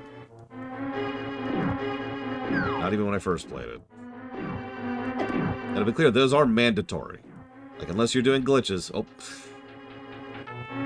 you need those. Good morning, Umbral Magnus. And yeah, sorry, just pointing that out because 292 rupees already. And I'm in functionally the first dungeon. Technically the second dungeon. Sorry, I know this dungeon so much by heart, I actually have trouble doing it properly. I apologize. Which brings me back to that question. Was that Ross who asked that? Who asked that? Identify yourself. I think I'd be lost if I played this for the first time. Yes, because I was. I can even tell you the exact moment I was lost in. And you're going to make fun of me for it. You're going to be like, Lore, you're dumb. You're stupid. You don't even deserve to be alive. Why are you still here, Lore? Kill yourself. That's a little bit harsh, but it's fair. I deserve that.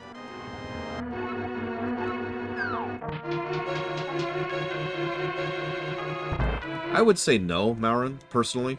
If I picked up the Switch right now, this wouldn't sound particularly indistinct to me compared to the version we're playing right now. The palette is a little bit different looking. But not the audio. At least for me. Now, granted, I'm on headphones, so that might have something to do with that.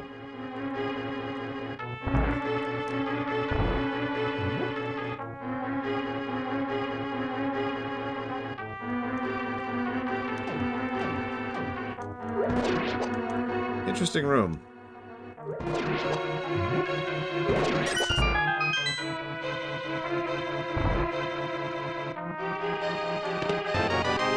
So now we have the compass and the map, so I can show off both of those.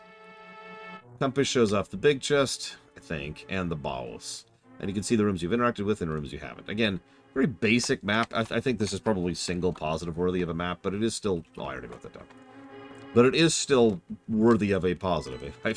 We've seen worse maps in this franchise. You can interact with these things. It is I, Sahasrara. I can talk to you telepathically when you touch these tiles. Here's a hint. You can use the treasure hidden in this palace to defeat armored foes. That's not much of a hint, but thanks.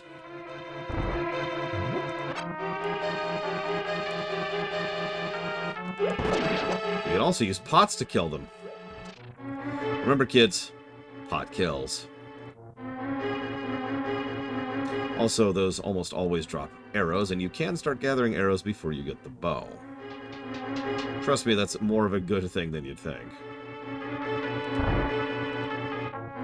So because the anti-fairs are coming this way, we're guided to go this way. We're into the switch. We go back through the switch into here. We get into a giant room with a whole bunch of crap in it. There's not much here.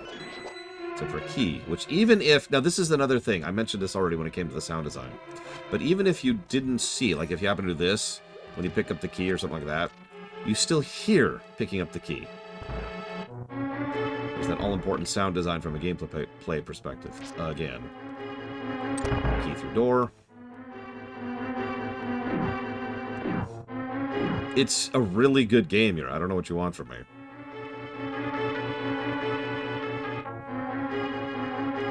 I really don't know what you want from me. You want me to review the game? Done! Let's do it. Let's review LTTP. Come back here, Stalfos. Come back here that I might kill you. Delicious killing.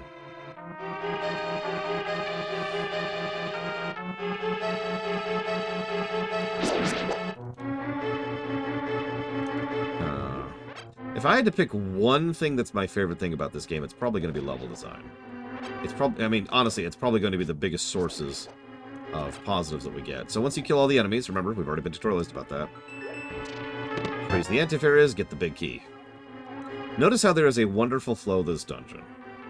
You can smash through this dungeon in like 3 minutes without even really trying all that hard. But that's a good thing. This dungeon is designed to be, okay, this is what dungeons are. There's actually another and final This Is What Dungeons Are tutorial much later, which we'll cover probably tomorrow. We'll see what my pace is. Either way, now we have the bow. Ho, ho, ho. Yes, those are anti-fairies. Paradigm Android. You know, I wonder what happens if I fall off here. Oh my god! Ah!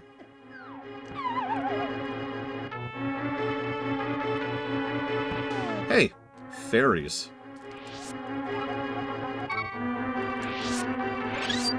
Aw. Oh well.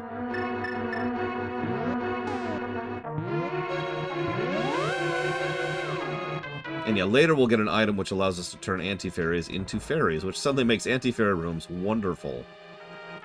Whoops. Pick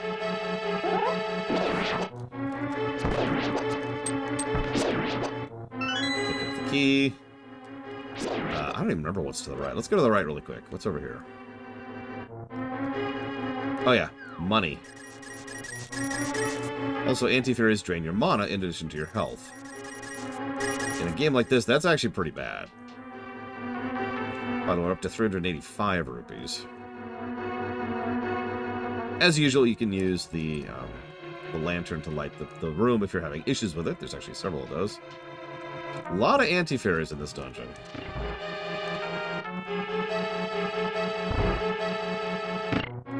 Completely optional room. Designed to make you panic room. Now this is a bit of a final exam room right here. Or, no, that's the wrong word. Sorry, this is the escalation room. My bad, my bad. The final exam room is the next one. So up until now, we've had a few ways of dealing with things, but we actually don't need the bow for anything up till this point. We have to have the bow here. You cannot damage this guy without the bow. And if you try to do any other method to hurt him, it will not work. This is the final exam room. Because if you try to use a pot, they just shrug it off. They do not care.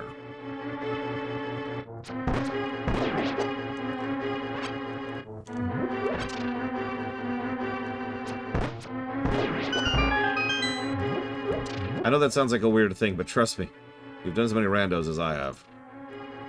Boss time.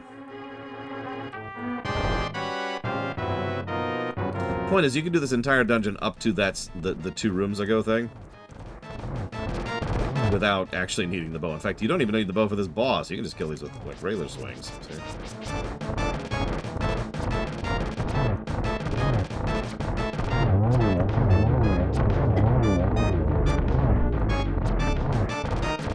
Now, you can also skip the second phase of this boss.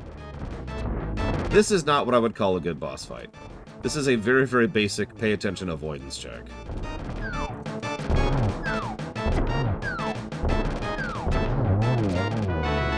But considering this is still the tutorial, I'm not going to be too harsh about it. It is designed to be exactly what it is. Here's what a boss battle is. Do it to it.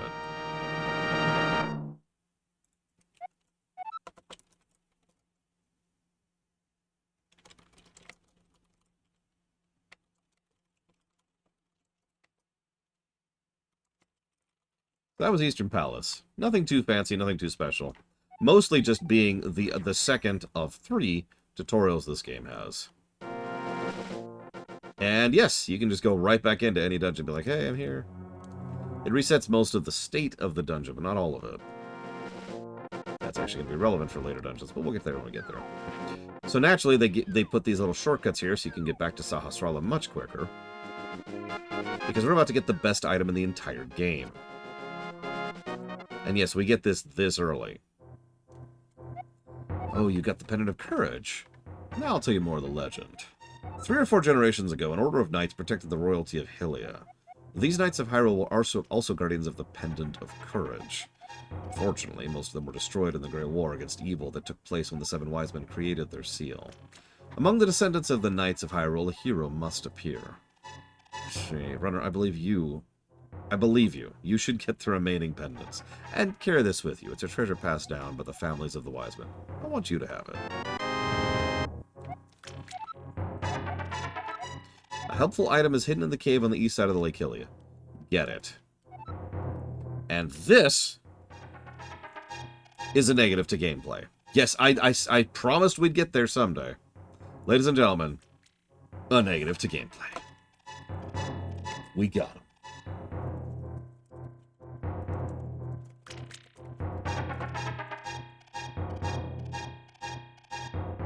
Alright, moving on. I'm not even going to explain myself.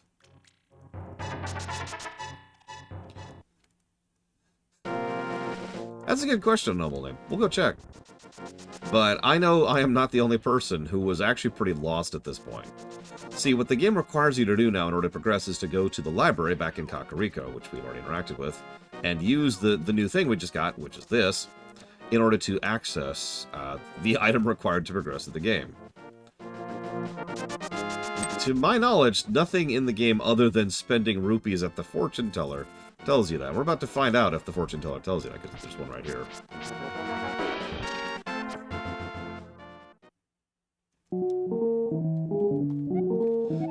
Let's find out. Yeah, I'm going to show that off too, Talia. You will find a member of the Wise Men's line in the desert.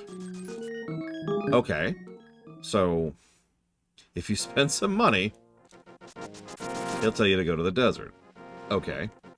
We can tell where the desert is because we have a map, and that obviously looks like a desert in the lower left. So, okay, sure, we'll go to the desert. By the way, this is not the point I was talking about to Yura earlier.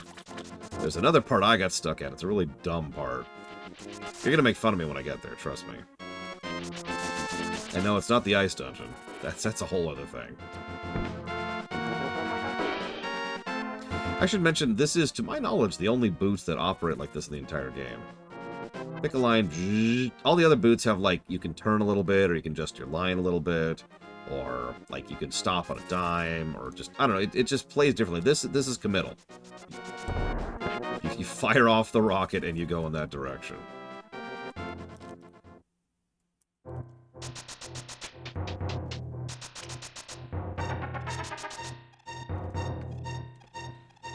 Yes, I see. I am Agina. I sense something is happening in the Golden Land the Seven Wise Men sealed. It must be an omen of the great cataclysm foretold by the people of Hylian blood. The prophecy says the hero will stand in the desert holding the Book of Mudora. If you have the Book of Mudora, you can read the language of the Hylia people. It should be in the House of Books in the village. Yeah, we have a term for those. They're called libraries. You must get it if you're the person who will be there. So, he tells us where to get it, but he does not tell us how to get it. So I think the walkthrough-itis negative is still justified. Especially since the only reason to even find this guy is to go spend rupees at the fortune teller.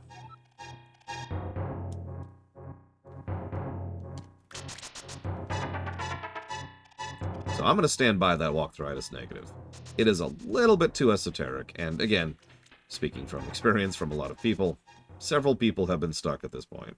I think this is actually faster.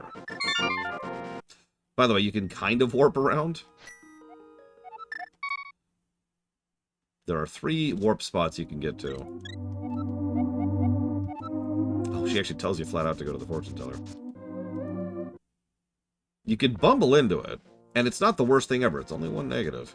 In fact, I only anticipate 1 other walkthrough-itis negative in this entire game, and we'll debate that when we get there. Yes, ISE. I can tell ISE is not listening to me. There was one point in which I was stuck in this game for quite a while, and I was very frustrated at it as a consequence. But we're not there yet. We won't be there for a while.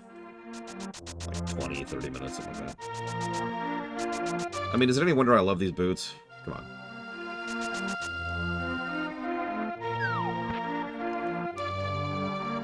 So, if we pay the fortune teller, and if we talk to the guy, and if we come to here, there's the book. I'd ask a friend. I could not figure out how to get this damn thing. At all. What's funny is there's actually a specific room in the second dungeon, which we cannot access until we've done this, which does a better job of tutorializing this concept than right here. Go figure.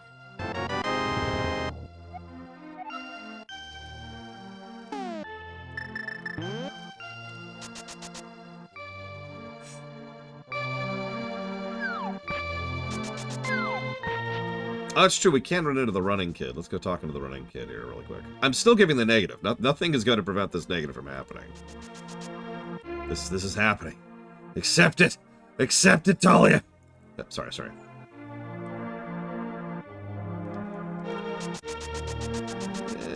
Not quite. Okay, hang on. Pretty sure we have to do it from the left. Oh, gosh darn it. Look, I'm not... Okay, go away.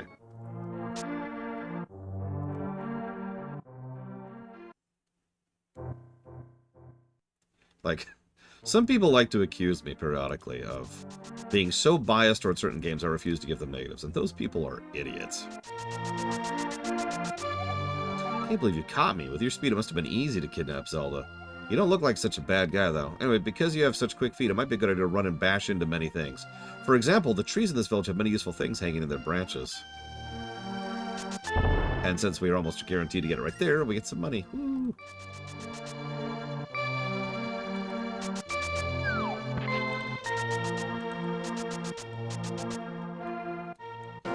Yeah, that's... I can see how you can figure it out, and that's why it's only one negative. And that's how I'm going to phrase that. That could be much further down from one negative. Right. I don't have the gauntlets yet. Of course I don't. Would have been faster to teleport, but whatever.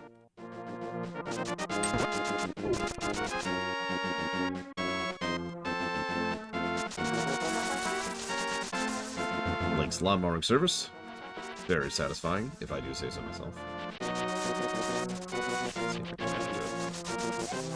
Alright, take it, thief! As voiced by Dame Celeste. At this point, they're pretty much full-on cursed, Paranoid Android. I decided in my theater version of this, theater plug, to take that one step further and say that these guards are cursed not only to be like, you know, you're evil, but each time you kill them, they come back. And they come back worse.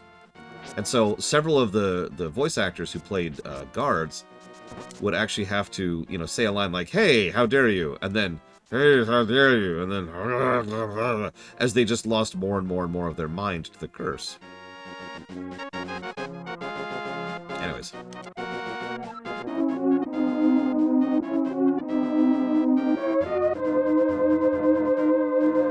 Not yet, Ross. Oh, I'm really happy with the LTTP theater. Don't mistake me, FF9 was good and Undertale was good, but I'm very happy with how the LTTP theater came out. What's doubly funny, so most people didn't notice this, but I did a bit of visual storytelling with Link himself. At the very beginning of the game, he goes out of his way to not hurt any of the guards, and he retains that through most of the game, right up until they kidnap Zelda. Then he starts killing them left and right. Very aggressively, I might add.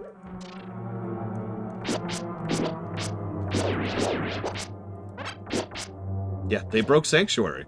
Exactly. Anyways. So. Dungeon 2. Nothing too fancy. Nice, big, empty room. Not really much going on in here. Kind of gets us a chance to figure out how those enemies work. But then we move forward to see that thing. And that goddamn beam of death. Now, I like these things a lot. These are actually really good enemy design, the Beamos. Legitimately, I mean that. There's ways to bypass them, as I'm showcasing right now. The eye indicating where they're shooting is pretty indicative. It's relatively easy to bypass, like that.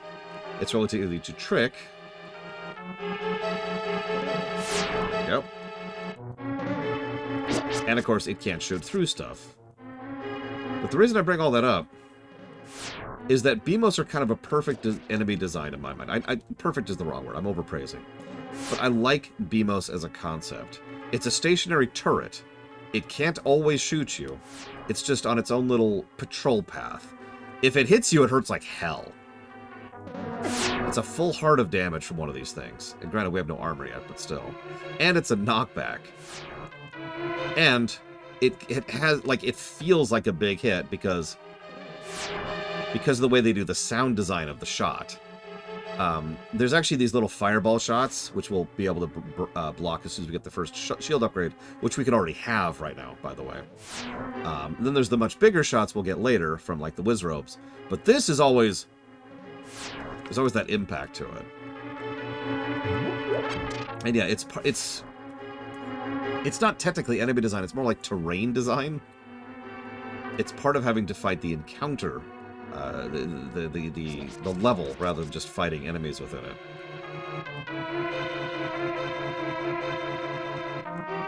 Now, this dungeon can be done in a lot of orders. You'll forgive me for just going in the correct order. But for the most part, this is a lot more malleable in how you approach it than, say, the previous room. Or the previous dungeon, excuse me. Oh yeah, by the way, you must never fail to find all the treasures in each dungeon. Thanks, Sahasrara. Helpful.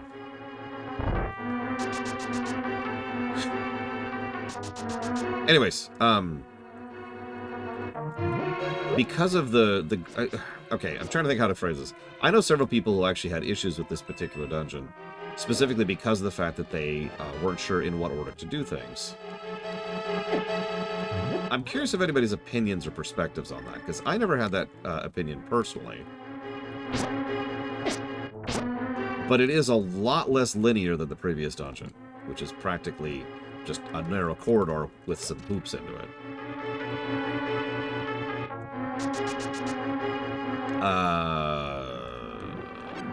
So I've never sped-run LTTP without actually doing either a task, which I obviously have done, or a randomizer. My best randomizer time's about an hour 15. Either way, we have one small key on the right side, and if we explore a little bit, we will see this well and early on. A little low on health.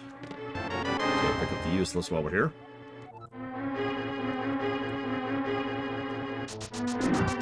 Never go all the way through. It'll always hit you, guaranteed. Big key. Already got the big key. Notice all of the Light World dungeons all have the same design concept to them. They're all short.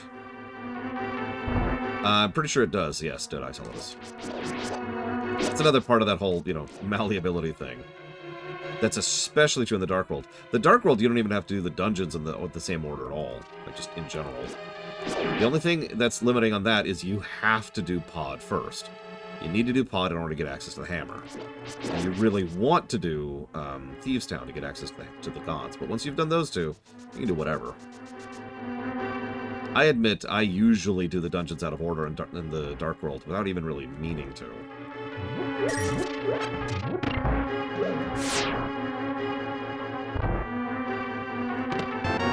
Speaking of gauntlets, Power Glove. You can feel the strength in both hands. You can pick up and carry stones now, and it does specifically call out the stones.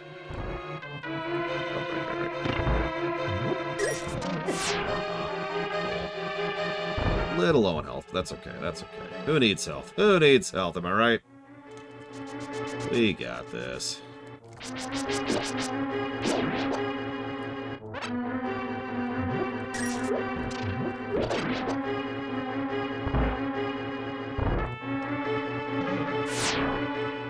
So, this threw me a little bit back in the day because the game just lets you leave the dungeon and get a piece of heart for some reason. It's weird. And the reason why it weirded me out is because I found this before I found the gauntlets.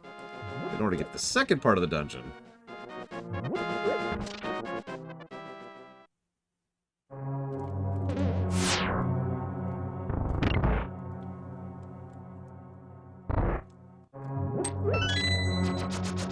Don't have to stay for those.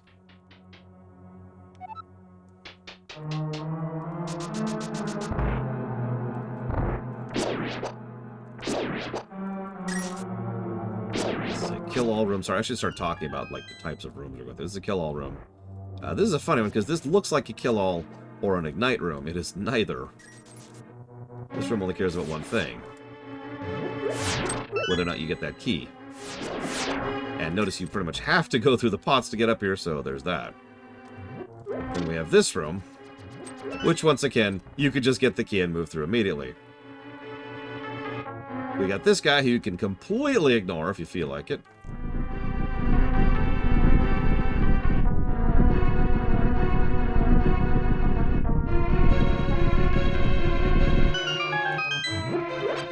And some refills.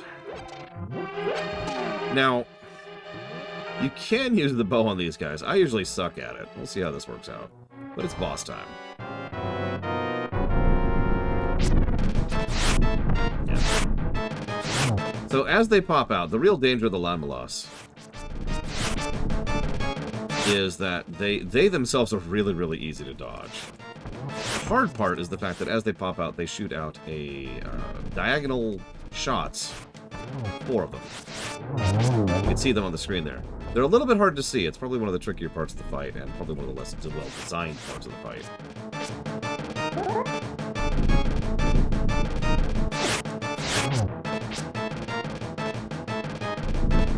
Not a great boss fight, I'm not gonna lie to you. I don't think this is negative territory. We'll see that in Dungeon 3.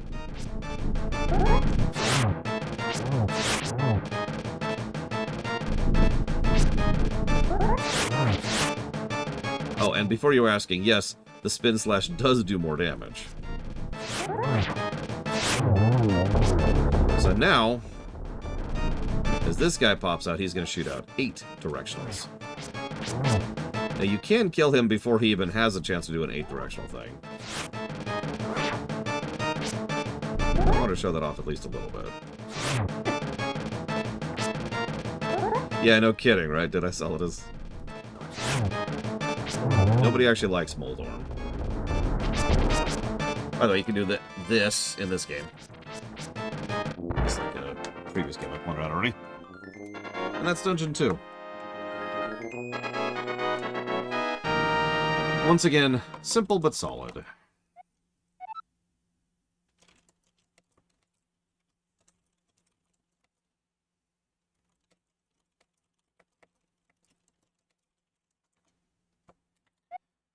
I'd say the main thing that Dungeon 2 has going for it is the all road leads to Rome thing I've already mentioned. The fact that you can peruse through the dungeon in a lot of different orders to figure out what you're doing and how you want to do it.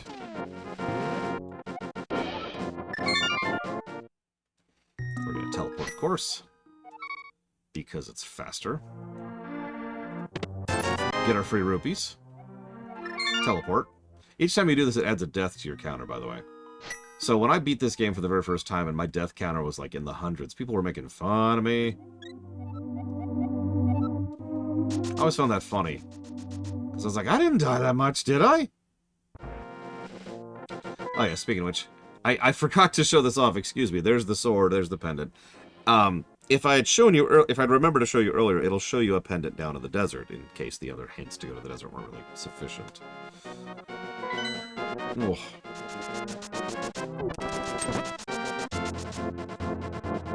And we could do a couple of things right now. But I think we will do that. Yeah, I think we will. Yep, Star Trek kills you every time you transport.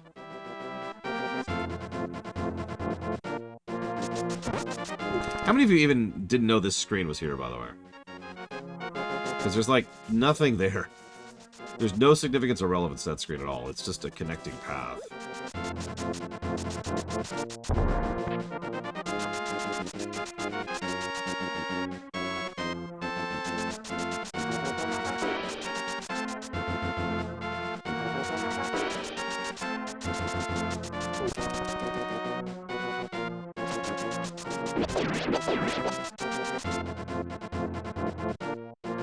I'd like to argue a plus for the Pegasus boot. Any objections? I'm sorry, Phaethon. You'll notice how I basically just... Oh, there's no basically. I just crossed the map. That took me about a minute to cross the entire map. Think about that for a second.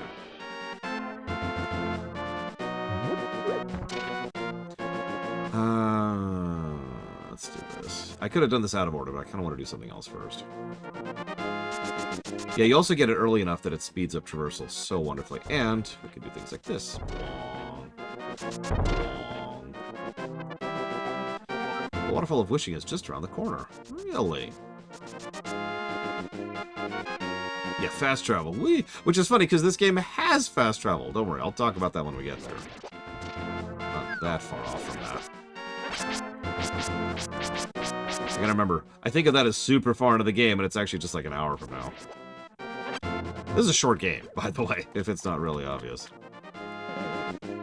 I was hoping to get a few more rupees on the way here. Oh god, were you there for that run, did I, Solidus?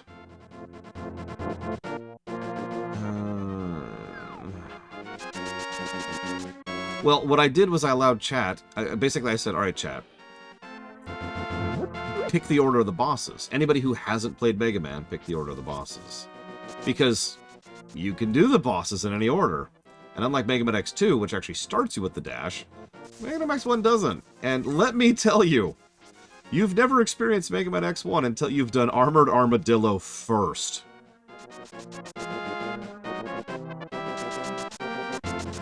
No, seriously, do that sometime. Just experience it. You don't even have to beat him. Just experience the nightmare that is. Yeah, no, dash is mandatory for X1. It's one of the only things that I dinged that game for. One of the very, very, very few negatives I gave that game.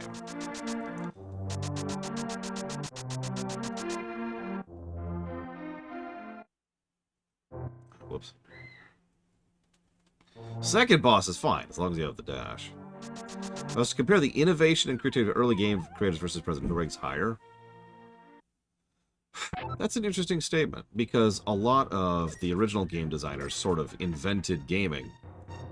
But to deny and diminish the amount of game design and creativity that's in modern game designers would be a criminal, in my opinion.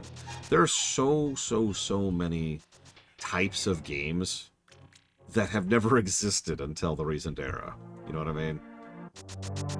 We have come up with all kinds of absolutely crazy, bonkers game design things because that's the environment, that's the industry. And the level of creativity on display is just insane. So, I'm going to go with equal in answer to your question, right? 36. Actually, yes, Talia Zed. But there's an asterisk to that, and this is a lot more reliable anyways.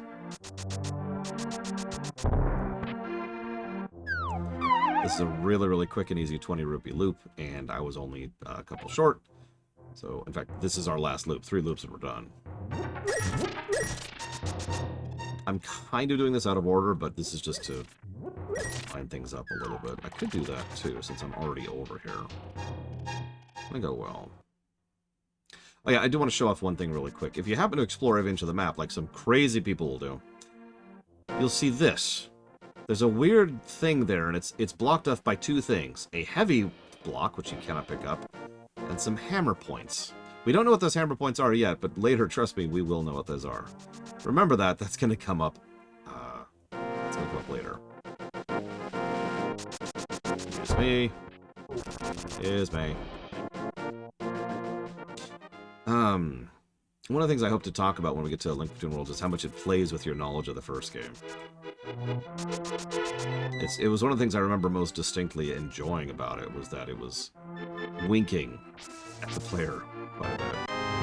How many times have I beat this game? Are we counting randomizers here? Because we're well past the hundreds at this point. Like, I might not be at 1,000, but I'm definitely in striking range of it.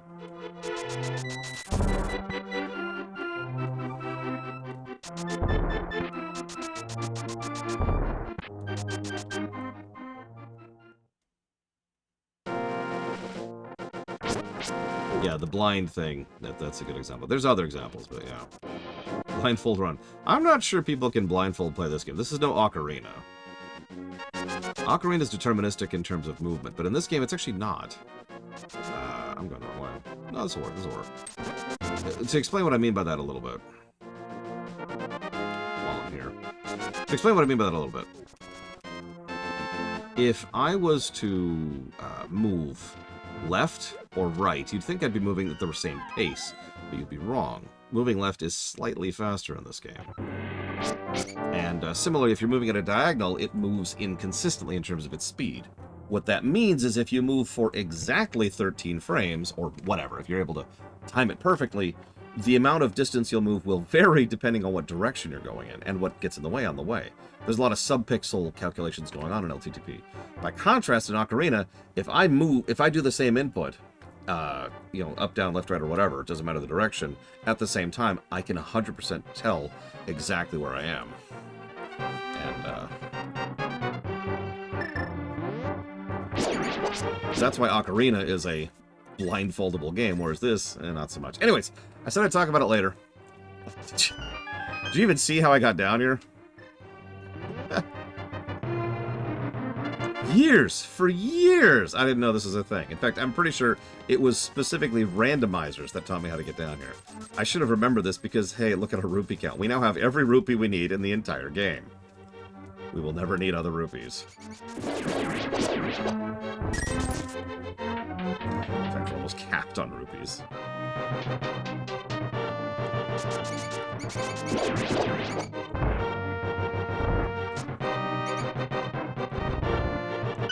I wonder what he's thinking when we just come out here and it's like, huh? What are you doing? Aren't you supposed to get out of there?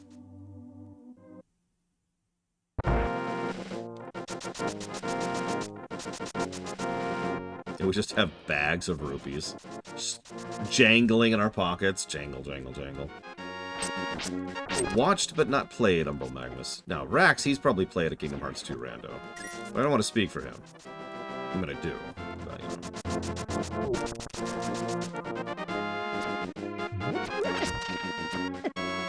know. A Zelda game where rupees are important the entire game. Sadly, yes, but not in a good way. Oh, sorry, she actually flat out says, please bring me the mushroom.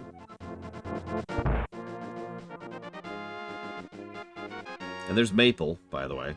Remember her, she's going to show up in Link Between Worlds as well. Oh, and by the way, those blue potions are, like, objectively better than fairies.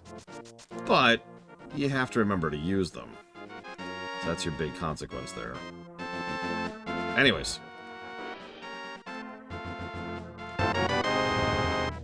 The magic powder is one of the most bizarrely important items in the game. It's only really useful for like 2 or 3 things. But, by God, it is extremely useful for those things. I've already given away one of the things, which is it can turn anti-fairies into fairies.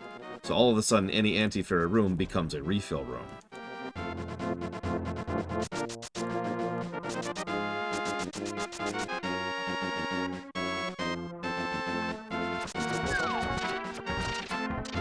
It can also turn the green guys into hot dogs, so that's cool, I guess. So if you're paying attention, 2 people in town direct you in this area. And of course, you can just see it on the map, and there's a heart piece up there. I do like heart pieces. We should get some of those. Excuse me. Also, the whole game, if you've been trying to go into deep water, which is the dark blue stuff, obviously, insta-death. Right, you just go, ugh, and you're dead. And you get this really cute, adorable expression on your face. Like, watch his face. Anyways, so Link is adorable while dying, as always. Link's Awakening did not invent that concept.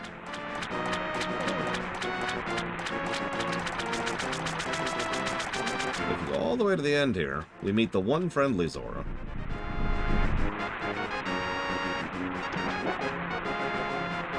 What do you want, little man? You have something to ask me? I want the flippers. I don't just give away flippers for free. I sell them for 500 rupees a pair. Hey, 1 pair of flippers coming up. I will give you a free bonus with your purchase. I'll let you use the magic waterways of the sea folk, which link lakes and rivers. When you see a whirlpool, dive in it. You'll never know where your surf is. Now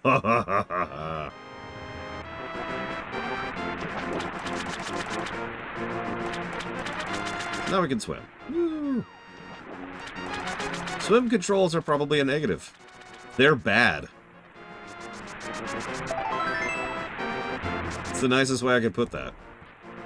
Like, they're not good. Now, normally I just warp, save warp.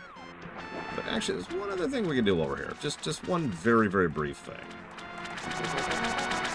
Well, they're floaty and they're very, very uncontrolly. Like, it's hard to even describe it if you haven't played it yourself, but you know what I mean.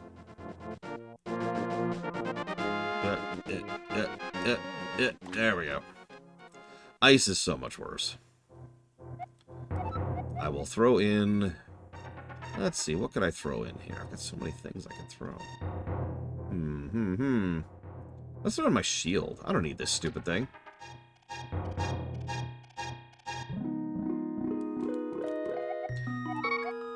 Like an honest person. I'll give you something better in return. So here's our free shield upgrade.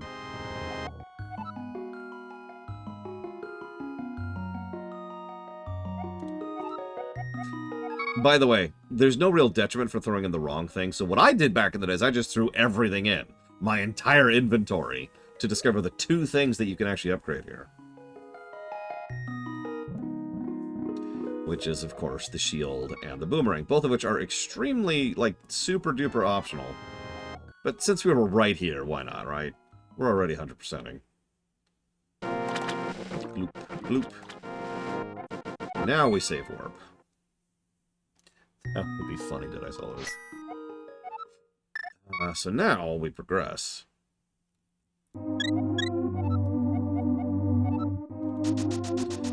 Since we're good on money, let's hit a fortune teller. I'm curious what they tell us at this point, because I know where to go. But does Yura? I thought not.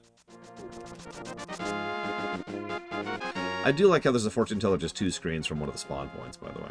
And right next to the town you're likely to go through for several reaches anyways. So yes, please tell me my fortune. Even the mighty Master Sword cannot harm the wizard's body. Okay, that's not super useful info, actually. The good news is, we do see it on the map. It's right there. It's up in Death Mountain. Oh, dude. Doom Medieval, or whatever the hell they're calling it, looks extremely good. So, for those of you who don't know me, I am very critical of trailers, both movie and game, because they're crap. Because they have been crap for a very long time. And I'm sick to death of how absolutely god-awful trailers have gotten in the last 20 years. It's garbage. So let me tell you, when I say that the Doom Medieval game has a good trailer, I frickin' mean it. Like, it shows off. You get the tone, you get the vibe. We actually get a decent amount about the story. In, like, 2 lines of dialogue and a couple of establishing shots, we know everything about the premise of that game, narratively speaking.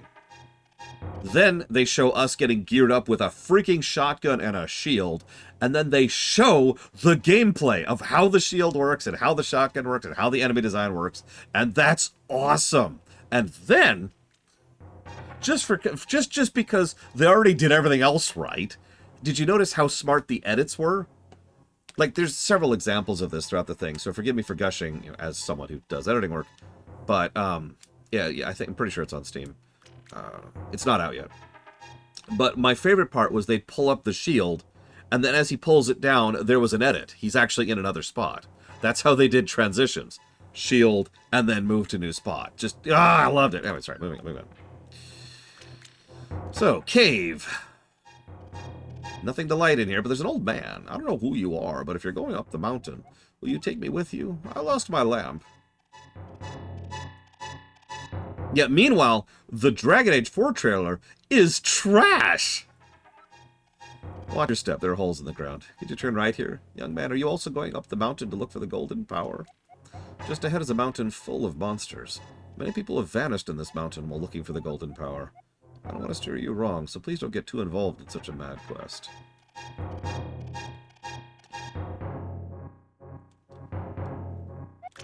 Turn right here. You know, I have a granddaughter who's your age. The king took her to the castle and she never returned. Kidnapping those maidens must be part of the wizard's plot. I'm sure he's trying to somehow use the power of the descendants of the wise men.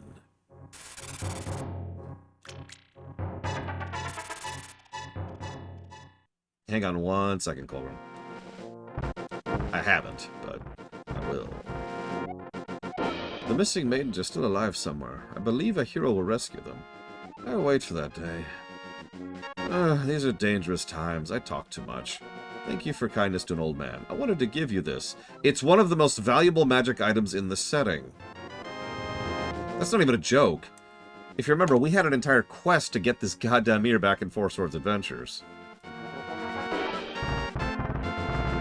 Also, this is now a respawn point and a free heal. Anytime we talk to him, he heals us up to full. To complete your quest, you will need the Moon Pearl, which is in the tower at the top of this mountain. All I can do is comfort your weariness. Yeah, he does flat out tell us about the Moon Pearl, by the way. That's good, because we really do need the Moon Pearl. It is actually possible to not get the Moon Pearl in the Tower of Hera. Finish Hyrule Castle 2, or Aga, if you prefer. And then be in the Dark World and not have the Pearl. So it's nice that he does flat out tell you, hey, dude. Oh, actually, real quick. Just nice shot of the distance there. It's nothing big. Just using that parallax scrolling there. Just showing the forest in the background. That's it. Just calling attention to it. Oh, hey, there's a portal. I wonder what the... And now we're a bunny.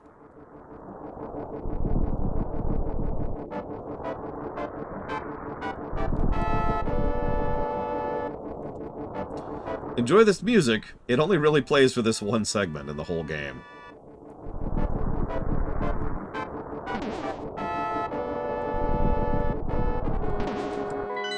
Oh yeah, and then we can see that nonsense. Can I just share? First time I ever got to this part, and I looked at the map to figure out where I was, and I saw this. It's such a dumb, stupid thing. You can make fun of me for it. It's okay. I give you permission. Because when I saw this, I felt dread. Like, there was just this feeling of, where am I? And why is everything so horrible? Like, look at that palette shift compared to the bright, sunny, happy colors of Hyrule, right? Look at this place. Like, even the mountain up here is just this kind of dulled mud. The forest is darker. The grass is kind of like puker. I don't know what else to call it. There's obviously like this swamp thing going on. Yeah, it looks sick. Exactly. It's a great word.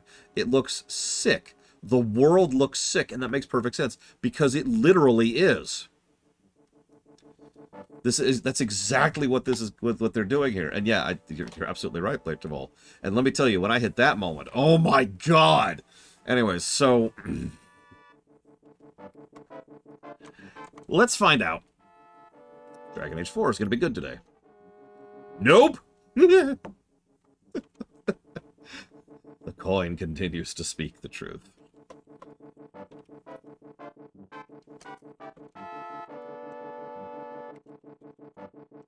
Let's see here.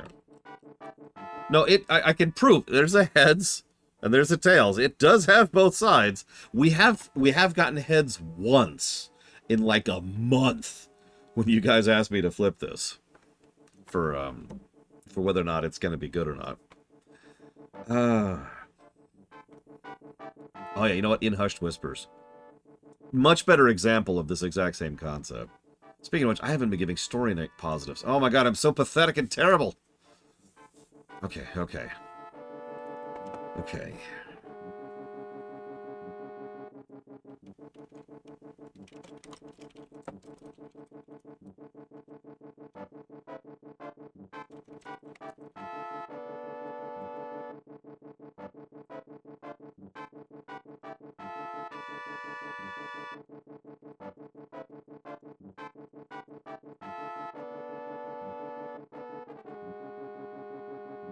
What's this? Hey everyone. Will Dragon Age 4 have microtransactions in them? I'm not even going to flip because of course it freaking will. Although, you know, if it doesn't, that would be fascinating, wouldn't it? Hell, Origins had microtransactions. You remember that nonsense? We had to ding that. We were playing the version of the game that didn't have that problem, but we had to ding that because of that. Actually, the coin says no. The coin says there will be no microtransactions.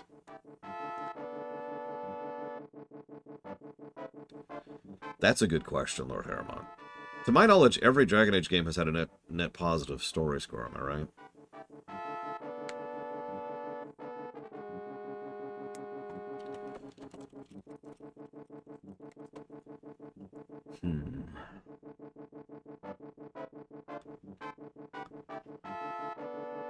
Honestly, I'm trying really hard not to judge. We haven't seen Dragon Age 4 yet. We haven't. We will see it tomorrow. But I would say, as of right now, and I have said this before, Dragon Age 4 will not be a great game. It won't. I'm sorry. It won't. It might be a net positive game. I already have a prediction for its golden number right now. About 30. But even that's a coin flip. Even that's about a 50% chance. So that's why I keep doing that coin flip. It's not actually a meme. I really do think it's about a 50% chance. I did actually know that, Yura, yeah. Probably not, considering nobody who ever did that even still works there anymore. And BioWare Magic was always bad. Like, occasionally we got some lucky successes, but as I've pointed out many times, what BioWare Magic should result in, logically and realistically, is Anthem. We just got, I've said this before, and if you'll forgive me for pointing this out, BioWare Magic is flipping a coin. And what should happen is about 50% of the time it should be trash, just like Anthem was. They just kept getting heads over and over. They just managed to nail it, and they just managed to get lucky several times in a row.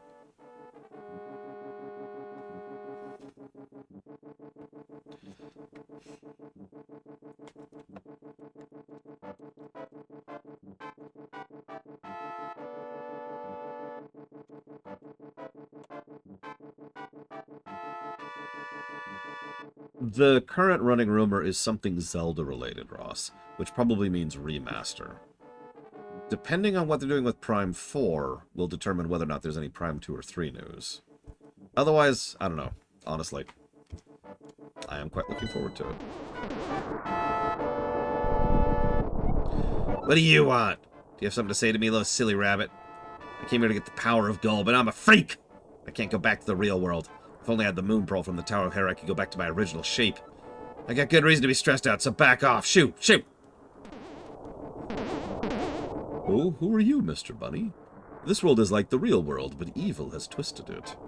The golden power is what changed your shape to reflect what is in your heart and mind. I'm always changing my mind, so I turned into a ball. But if you have a ball called the Moon Pearl, you can keep your original shape here. And yes, that is now 3 separate people who have tutorialized, go get the Moon Pearl.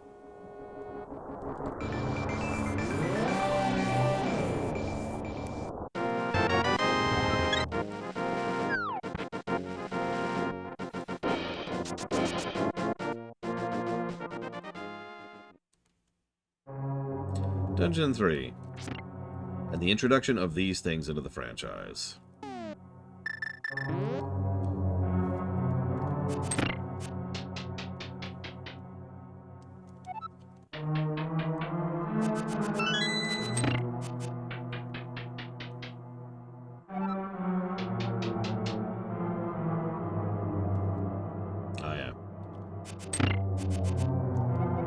Runner, it is I, Sahasrara, the Elder.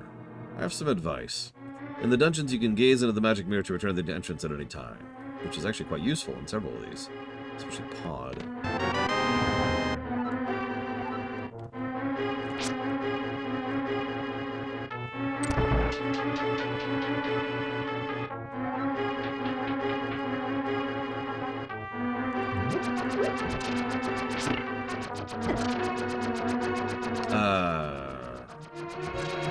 Oh god, who did you voice in this one, Mr. Red? It also resets the state of the dungeon, which can also be quite useful. Keeps your progress overall, though.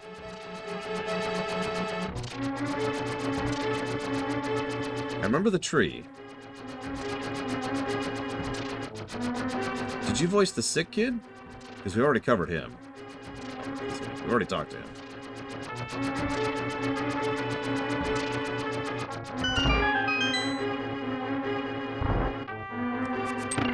A lot of mini dorms. Just gonna avoid those.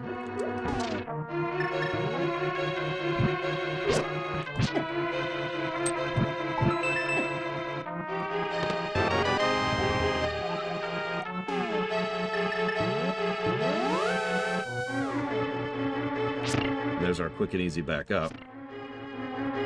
You notice this dungeon is designed to take advantage of that specifically. Very, very few of these dungeons have something that's approximating a straight-up dead end like that. But this one actually has an honest-to-God dead end in it, so that you'll be encouraged to use the magic mirror and figure out how that can work. Later dungeons can take advantage of that, but don't really do so quite so deliberately.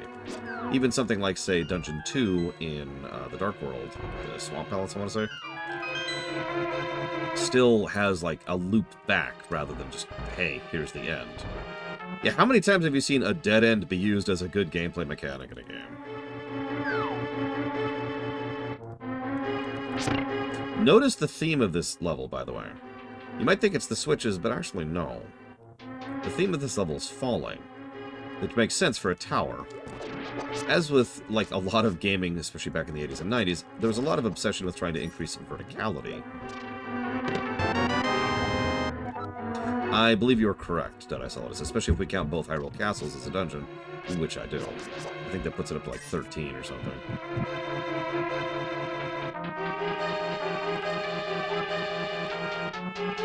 It has a boss and a big key and everything. Oh yeah, I should go talk to Sahasrasa. Let me go talk to him real quick. Let me get the Moon Pearl first. No reason. Alright, what Sahasrasa? It is I, Sahasrala, the Elder. An orb known as the Moon Pearl is in this tower 4 times! Get the Moon Pearl! Get the Moon Pearl! Hey, Talia. Did you get the Moon Pearl already? Okay, so yeah, let's explain getting the Moon Pearl, shall we? So, obviously, the best way to get the Moon Pearl is just to hover over the pit like that. But if you decide not to hover for some reason... This is what I mean by the falling thing, by the way. Obviously, you can defeat the enemies by falling. But if you fall, you just go down to the previous level. But... it talks about the Moon Pearl, and the big chest is clearly right there. It's clearly visible. And even if you're looking at it on the map, it's right there. How the hell do we get to it? Because we don't know how to hover. That's just crazy. We can't hover in this game. See, it's not possible. So instead of doing something like that, the only solution is to go up. And we can see the platform where it's visible. Like, you can see it over there, right?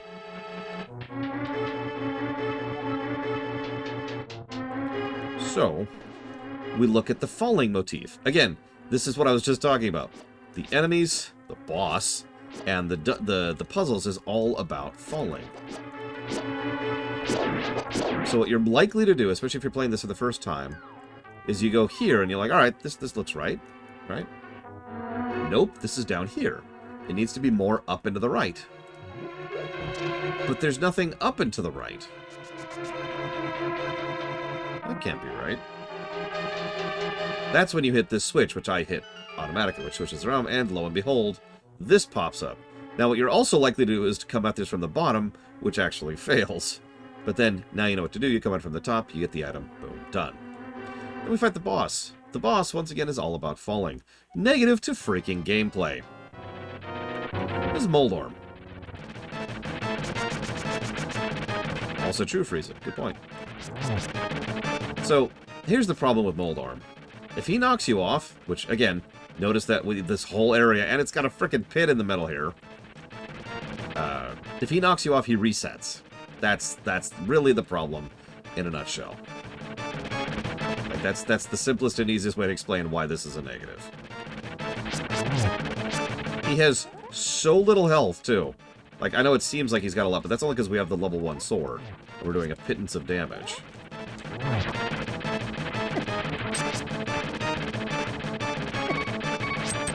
And he's dead.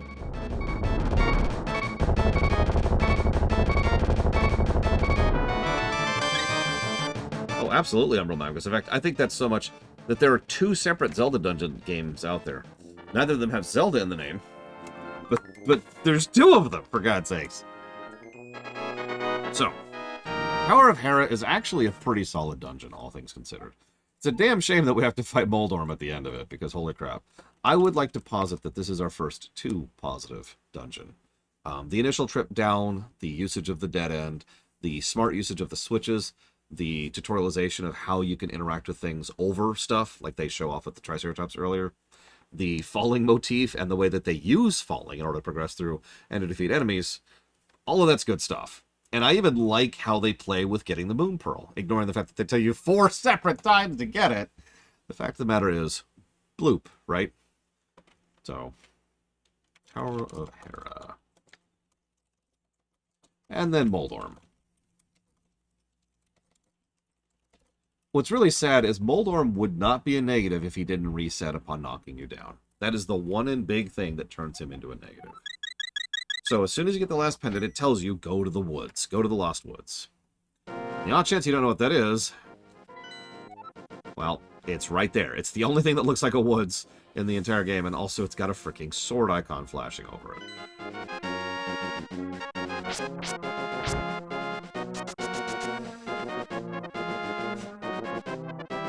I'm just thinking really quick. We'll go the normal route. We'll go the normal route. We'll be fancy. There's actually a decent amount of side stuff we could do right now.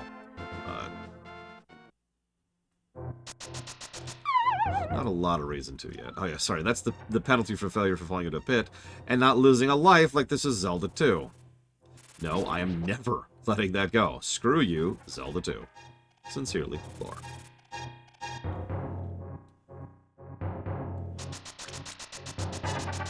Alright, hold on. How many of you have done this? How many of you have done this multiple times because you're so impatient?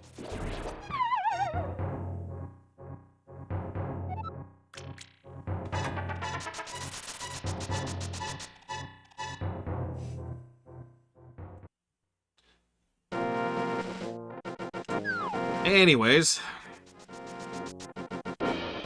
So, this is actually kind of interesting. Going up here tutorializes, gets us across the fact that these two guys exist. This tree feels kind of strange as we cut it. A mysterious fog has recently fallen over the forest. We have to be careful. Yeah, I bet. I believe one more than we currently have, did I sell it, as if we're really being persnickety about it. Because I'm not doing, like, any of the minigame stuff. Hey, it's the Master Sword! Oh, no, it's not. It's just a random thing I can pick up. Ah, well.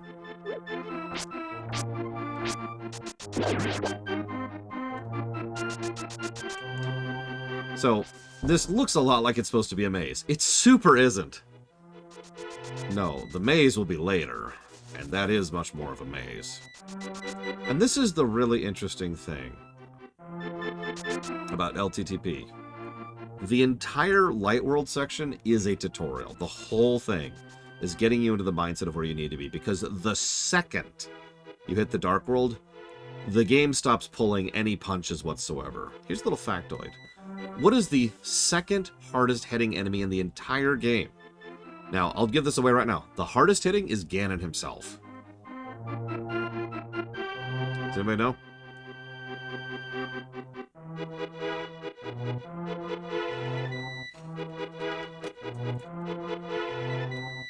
It's actually those damn Triceratops, the things that replace the birds in the Dark World. They hit like an absolute truck. I forget the exact number, but it's something like 6 damage each thing. You are supposed to have armor before you interact with them, or avoid them like the plague, because they will murder your face off.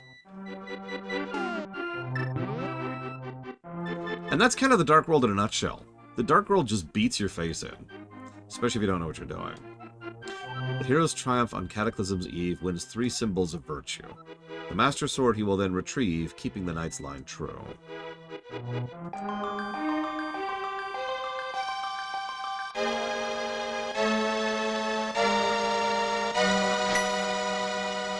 I love how the fog clears when you pick it up. Suddenly, Sahasrara contacts you telepathically. Runner, it is extraordinary that you won the Master Sword that makes evil retreat. With this shining sword, I believe you can deflect the wizard's evil powers. The destiny of this land is in your hands. Please, Runner. Sweet! Well, now everything's great. Let's just go defeat the wizard.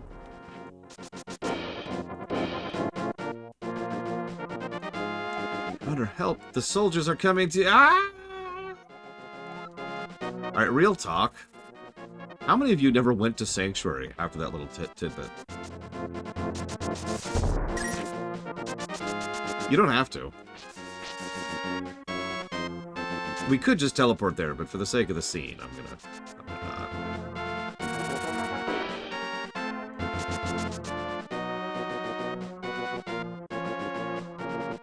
Yes, now we have the blue sword. Notice the sound effect is different. Nothing fancy, but I only point that out because all 4 swords actually have a slightly different sound effect to them. And by slightly, I mean the first 3 swords have a slightly different sound effect. And the butter sword sounds completely different. I love the viscerality of the butter sword, unironically, by the way. 100%. Yeah, I always sort of assumed the tempered sword was on fire. That just made sense to me for some weird reason.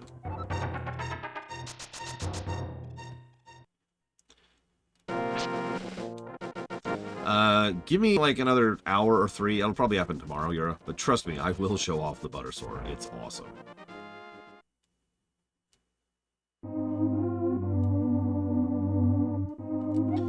Runner, you're a second too late. I have failed. Zelda, the soldiers have abducted her. They have taken her to the castle. You must find her before the wizard works his magic. Please, you are our only hope. And he is dead. Like I said, this is the moment in the theater where Link just starts going on a bit of a rampage. And just starts killing all of the soldiers. Which, of course, is what really starts to trigger the curse, as I mentioned earlier.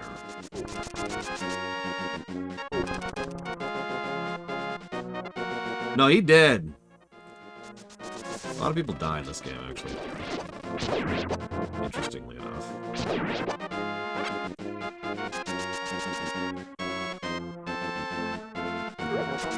Notice the enemies have, like, doubled the number of spawns and the types of enemies that they are. The second to last time that will escalate.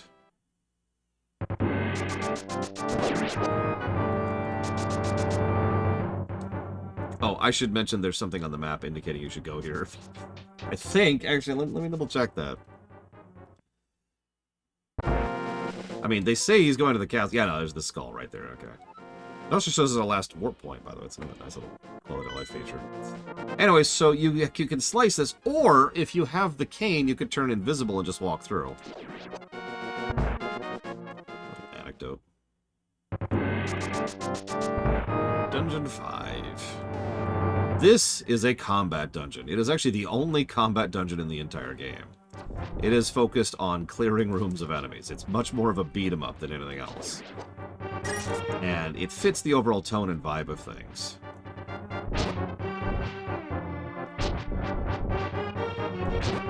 Like, there's an intensity to this dungeon, which works for me pretty well.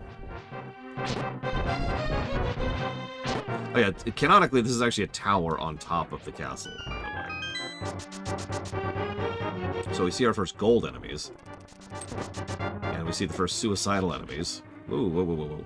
Personal space, personal space.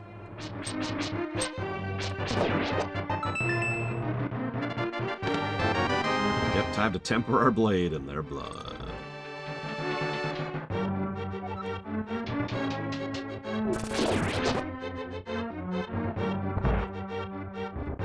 Notice we're already starting to see cursed creatures, too.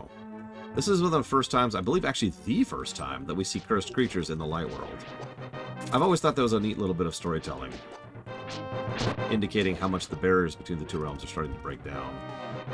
If you're having troubles navigating this room, you could do this. See a little bit of what you're doing. Yeah, those are eyeballs with wings. I don't know what else to add to that.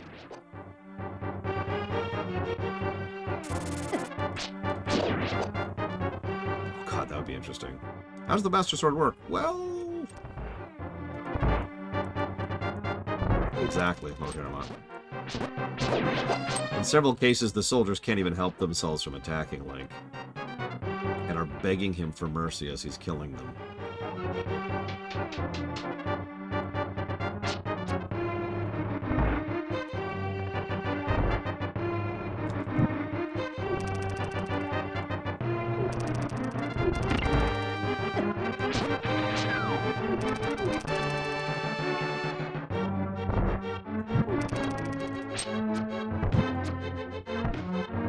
So I'm paying attention a little bit. It's pretty easy to get overwhelmed in this section.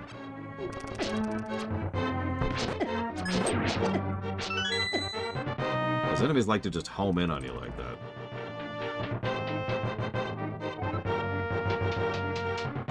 That's a tip. Even with the Master Sword, you cannot inflict physical harm on the wizard. You must find a way to return his own evil power to him. As a little side tidbit thing, I actually had the same actor voice Aghanim and Ganon. For years upon years upon years, we didn't actually know what Aghanim's relationship to Ganon was exactly. It wasn't until very recently that they finally confirmed Aghanim is Ganon.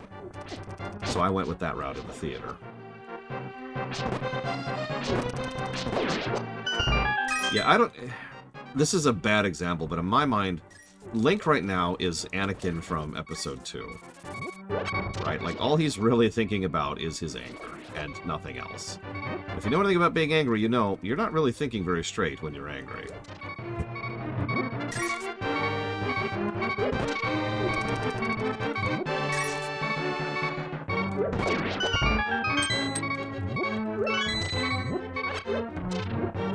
He does have a new toy. And he is pissed. They got Zelda. They killed his uncle. They violated Sanctuary. Excuse me. Just open out of that room.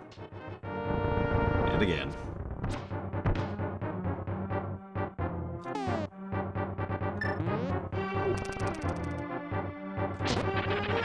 Hopefully zero on Bromagos. A lot of these rooms are quite optional. You can see how they guide you towards doing them. You don't actually have to do most of them. There's actually a lot of that in this game. I actually think that's a good thing, and not just because I like to speedrun. Alright, so. Confession time. Although, I'm taking some damage right now. Okay, so...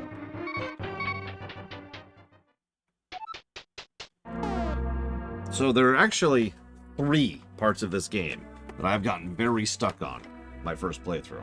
You've already seen one of them, which was getting to the library. The third one we'll reach later, after Pod, but the second one... I've gotten made fun of this a few times, but I was extremely stuck here. In fact, I pretty much backtracked and redid the entire dungeon we just did because I was so lost. Sorry, I'm low in health. Speaking of which, low health beta leaps. Let's give that negative. Jesus, game. Might actually be a double. That is piercing. Runner, I've been waiting for you. I was hoping to make Zelda vanish in front of your eyes. Behold! The last moment of Princess Zelda. Alright, real quick. Is the purple thing his mouth, or is the black thing? I do not. It was an Imperial. I remember that. Oh, with this, the seal of the 7 wise men is at last broken. It is now only a matter of time before evil power covers this land. After all, the legendary hero cannot defeat us, the tribe of evil, when we are armed with the power of gold. Oh, and now I must go. So, yeah, the way you progress is that. I was stuck here for so damn... Like, I think I put the game down for a bit. I don't even remember exactly how I finally figured out to do that. Because holy crap. Last time. Alright, get your guesses in. How many blue orbs do you think? So you mean to say you would like to be totally destroyed? Well, I can make your wish come true.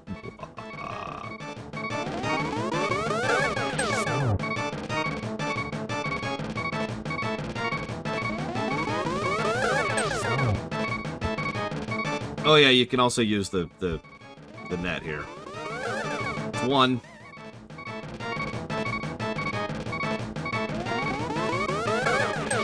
Aw. I should probably stop screwing around.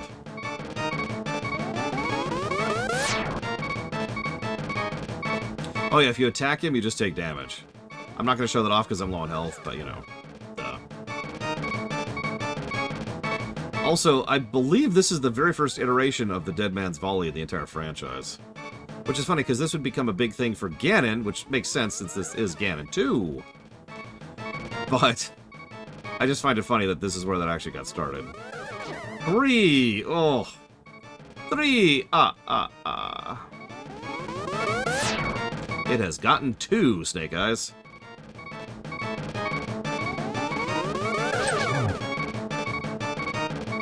Come on, 3. Come on, 3. 4! 4 blue orbs. Oh, 4 is actually pretty decent. Well met, like the true hero you are, but I'm not ready to admit defeat yet. I will draw you into the dark world.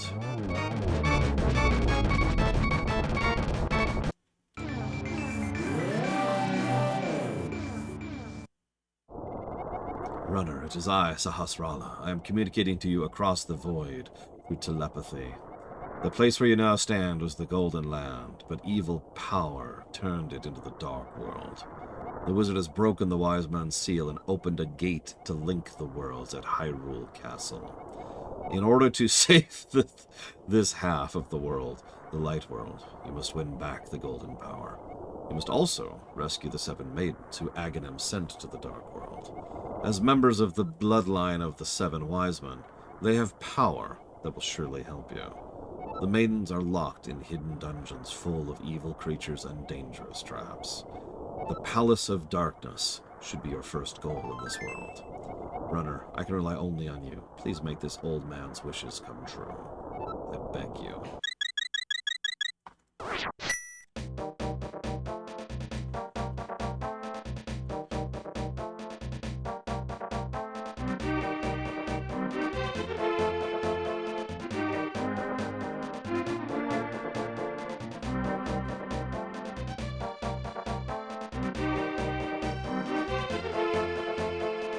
+2 song.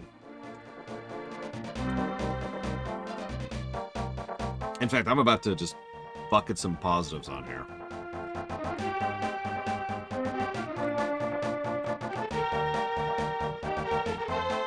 This is such a good goddamn song. But I got more than that.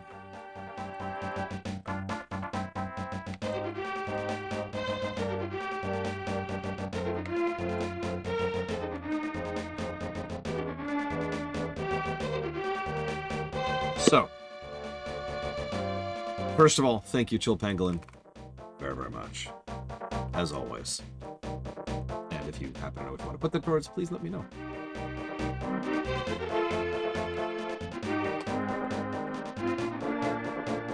Of course, Lord Haramont, of course. Execute Lord Haramont immediately for heresy. Alright, so compare and contrast this song to Hyrule Castle. Like, let's ignore the fact that this is a banger of a song for a second. This is so good at conveying exactly what the Dark World is. It could have come across as sickly or, like, caustic or violent or whatever. There's all sorts of other directions they could have taken this. But instead, they decided to make this sound... Yeah, haunting's a good word. Ironically, the word I was going to use is dark. This is kind of like a dark refrain in the classical musical sense of the word to Hyrule Castle. Yeah, Death Mountain is much more what you would expect from this song. But instead, this doesn't sound defeatist. Instead, this sounds more like pushing up against the current, right? It is most... You've got the drum beat, you've got the horns pulling the melody in the background there. But there's also 2 layers of strings, one of which is far lower and quieter, and is kind of carrying almost a chord. It's not actually a chord, it's like a second melody underneath it that is just kind of indicating exactly how bad things are. But the central strings, which carry the entire song, that's Link.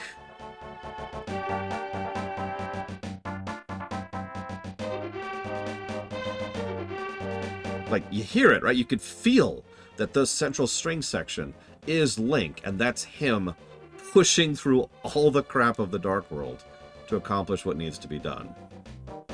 Love this song. So plus to song, plus to music direction, plus to moment, if I might be so bold.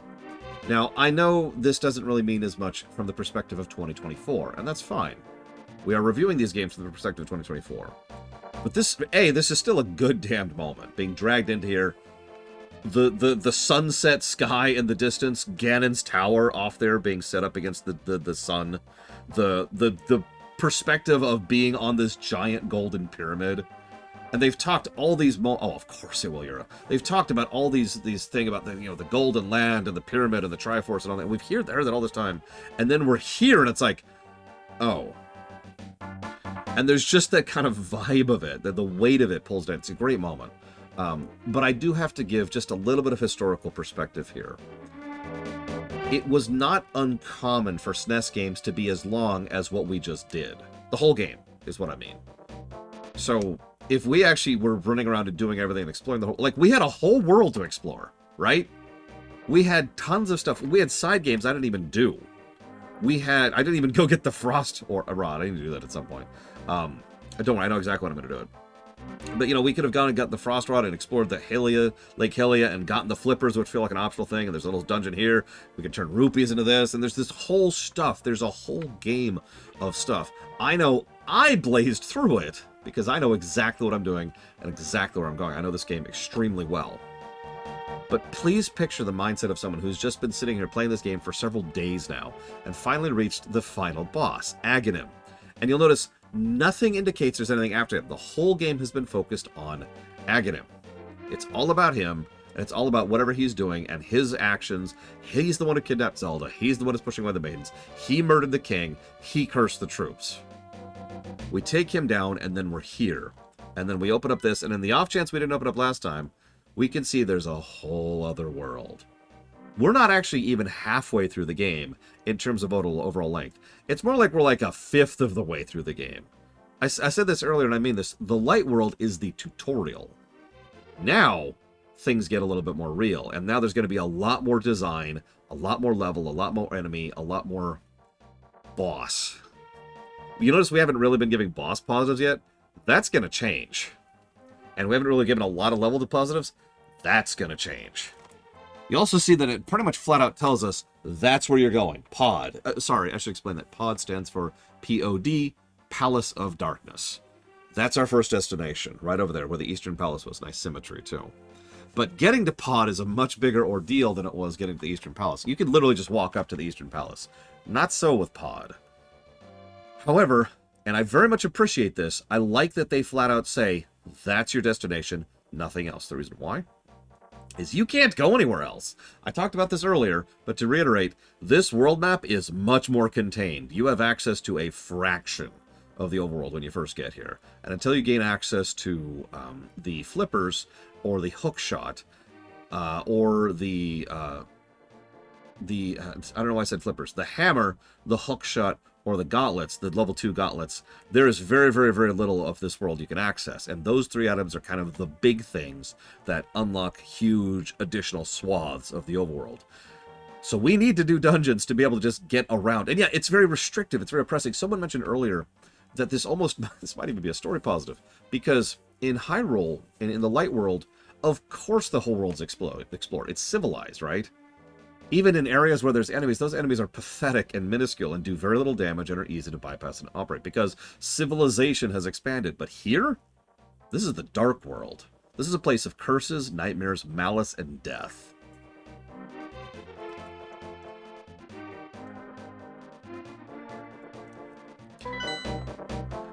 Oh, yep, you got it, Chill Pangolin, sorry. Just because I picked my controller back up. Oh god, I don't know, Lord Hermot. That's a... Ooh, what would I call it?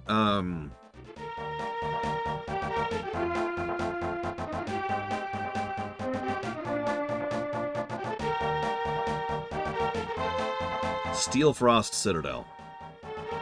Right off the top of my head there. So, Pirates... that's Sid Meier's, right? Sid Meier's Pirates. And then we've got... what's the full name of that? Lesbian RPG something? Help me out. I'm sorry, I don't remember the whole name of the game. I'm trying to remember a lot here. Forgive me. I got a lot of density. Games like these are kind of challenging to cover. I don't mind. I enjoy the thing, but let me tell you, I'm going to be falling over tonight because there's so much density to games like these. Super Lesbian Animal RPG. Thank you very, very much. Okay, so there's only, like I said, there's only a couple of things we could do right now. So we're going to do one of them because, of course, we are. And that's kind of it. Hope you liked that. If you decide to explore, you'll see enemies who hit much harder. Same basic attack patterns. You can see something like this way to the Palace of Darkness. Cool.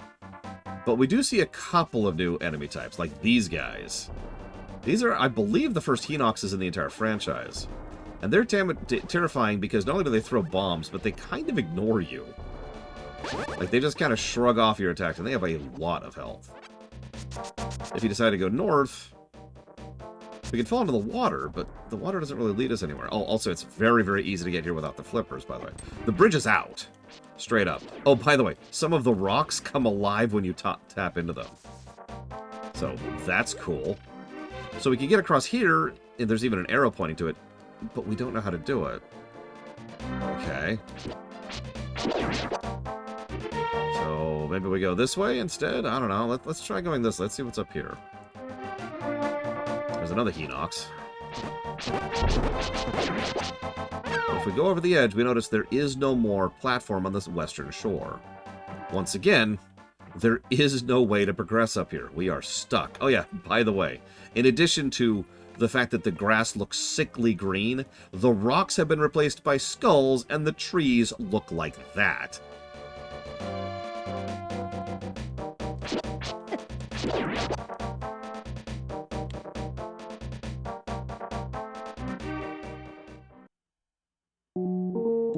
Random shop. Not actually the one I wanted. I haven't been to the shop in a while, so I was just curious. Now we can go a little bit further north. And I think we can do a thing right now. Oh no, this place sucks in such a great way. It is so atmospheric. I love the Dark World. Like, I know this might not even be brickwork. This might just be straight up atmosphere.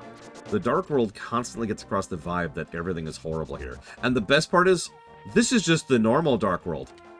It gets worse from here. Yeah, this is right. So let's go and do this really quick.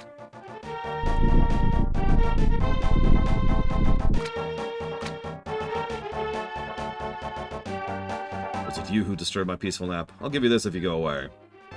And there's our first spell. Quake.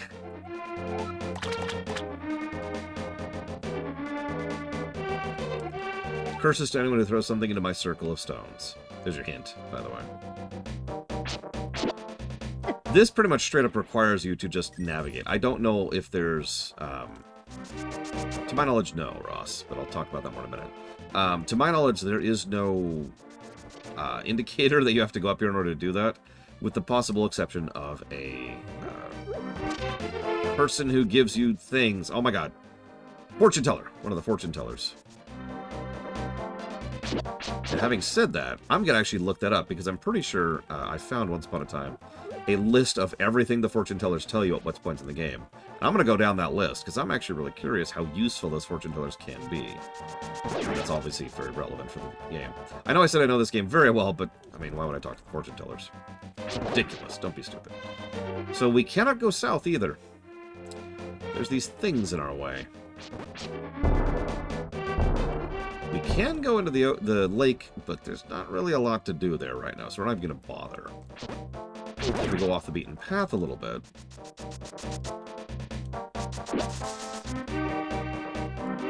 There's not much down here either. This is just the lake again. Tips for the division. Yes. Tell me what the classes are, and then I'll tell you which one I was playing as. I think I was the shield guy, and it was very, very useful. Pax was the drone guy. He was the one who would, like, mark enemies so you could see them through walls and stuff. Very useful. So, do you notice how much damage that did?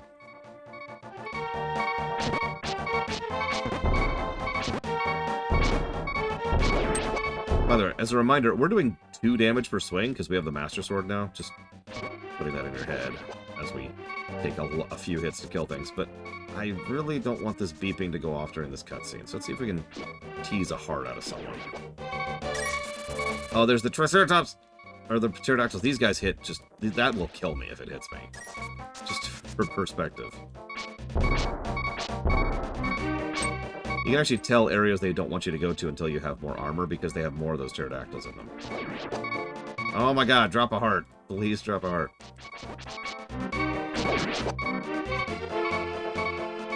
Okay.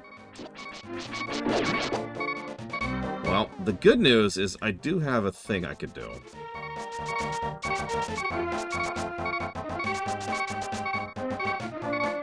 So we're going to do a thing.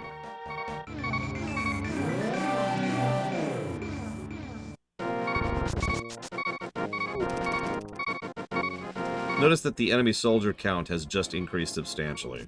The world state of the light world changes as soon as you defeat Aghanim.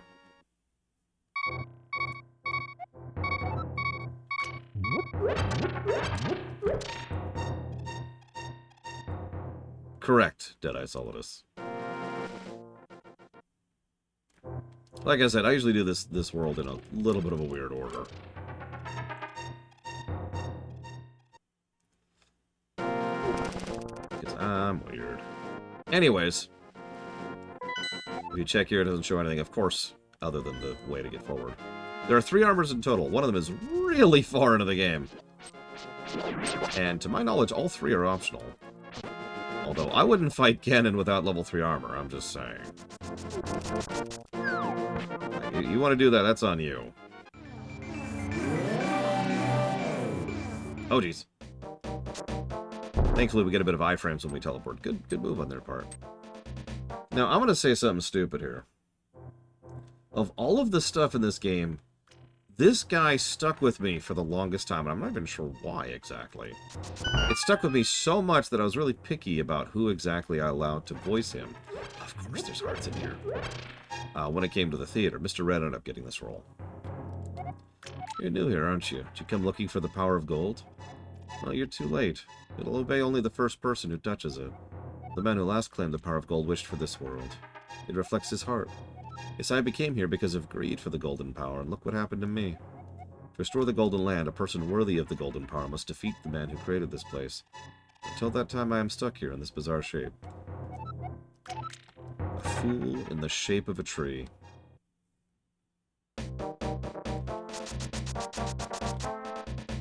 And I was about to say, think about that as much as you want, because remember, the golden land transforms you into something that reflects your heart. He turned into a tree. You can take that in all kinds of directions. It's just interesting to think about. Here's our first real maze. Sorry, hang on. Ben Smack donated. Thank you, Ben Smack, very much.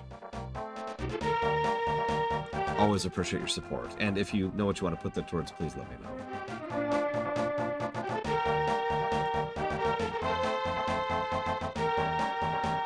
So,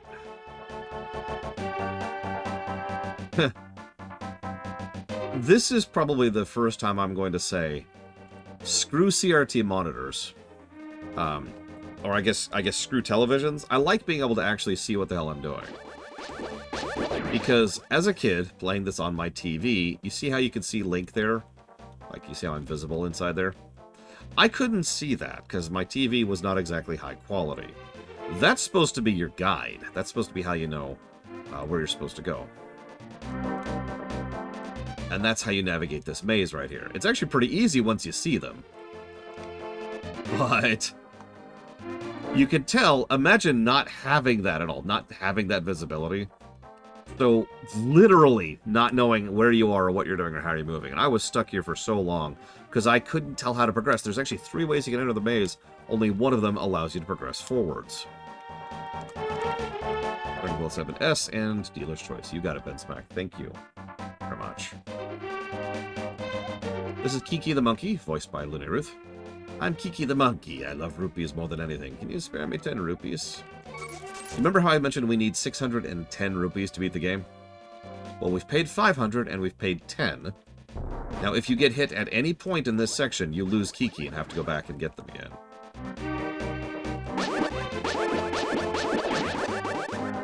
And here you have to pay 100 rupees, and that's all 610. From this point on, all rupees are bonus points.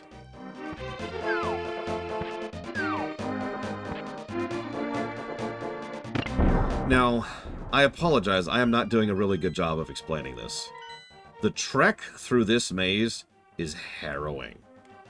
The enemies here hit hard, and you probably don't have a lot of ways to deal with them yet.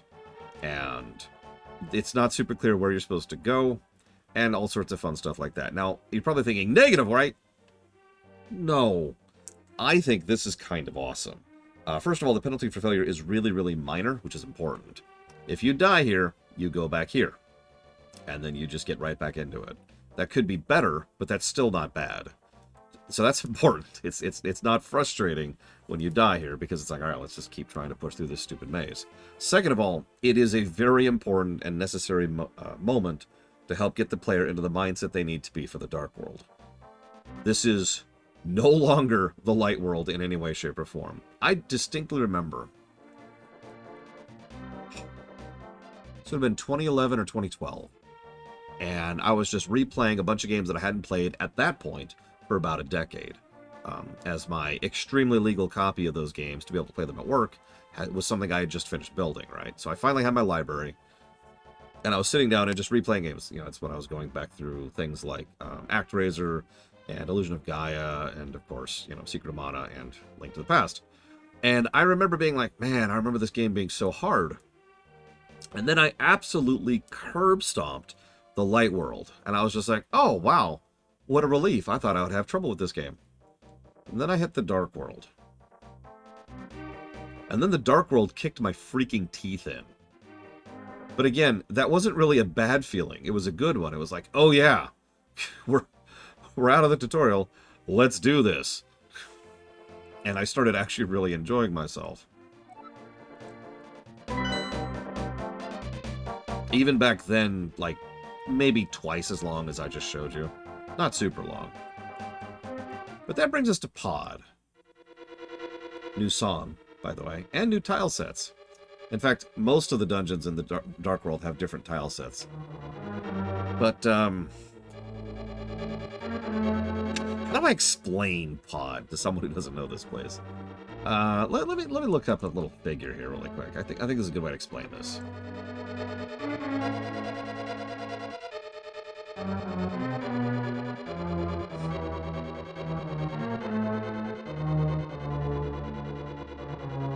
Yeah, that's what I thought. So, there, yes.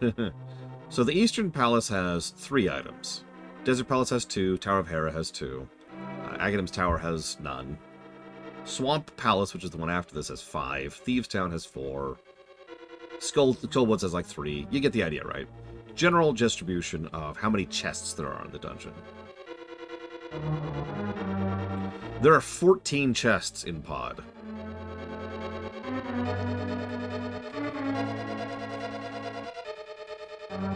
This dungeon is honestly probably the most maze-like of the dungeons in the Dark World.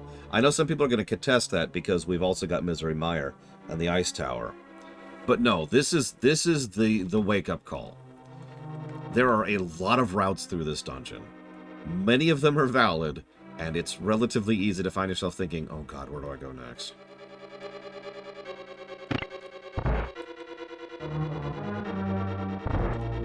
If I'm being completely honest, we probably should at least consider a negative for how this dungeon can go.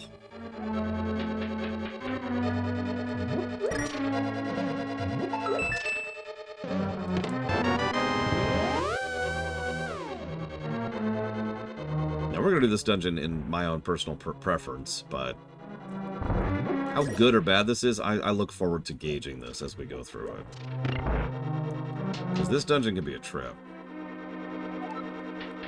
Now, if you're into randomizers, you know this dungeon extremely well. It has so many chests that you have to end up going through here multiple times, because it's just too lucrative not to. But the thing is, how much you can access at any given point in time is a little variable. Oh yeah, it's also a really good source of fairies, speaking of which we're going to grab our second fairy now. Because, you know, duh. And grab that. So how many of you have never even seen this wall down there? Alright, speaking of which, Runner, can you hear me? It's Zelda. I am locked in Turtle Rock on the top of Death Mountain. I know you're doing your best, but please hurry. Thanks, Zelda. Appreciate you. At least you know where she is now.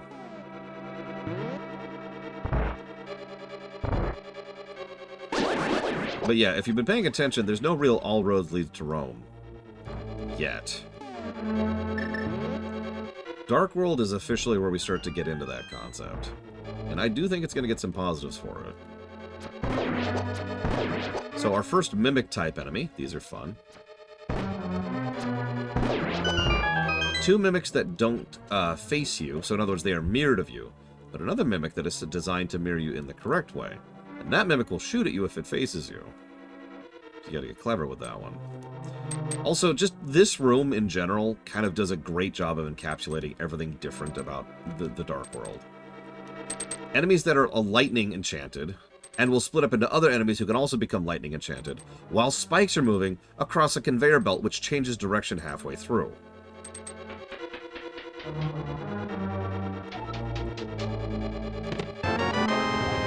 Grab the map over here.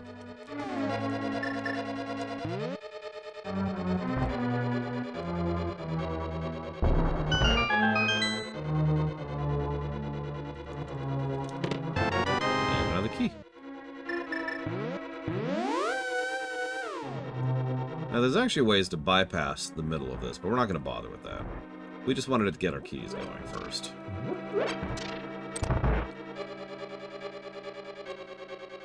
So then we have these things. We can't do anything against these things. Yes, there was, Yura. So we can go right or left. We're going to go right first, because right is always the correct spot. You know, that's a good question. I don't think magic works on these. Let's try it.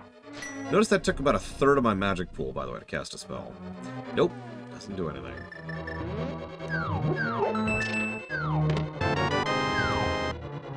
Notice there's 6 enemies in this room, multiple of which are homing in on us as we move. And we're back here.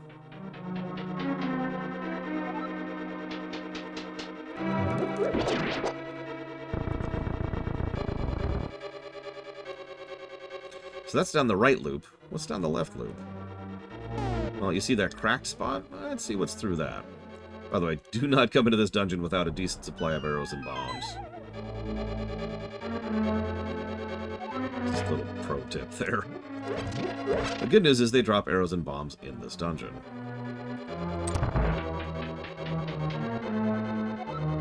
And this is the chest almost everyone didn't get when they were playing this game for the first time.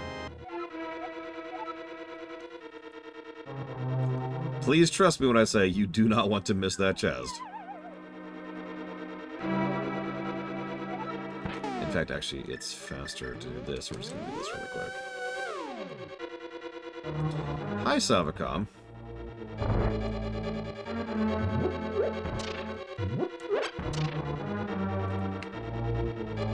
Yeah, no, it's extraordinarily easy to miss that chest, because you need to bomb down here.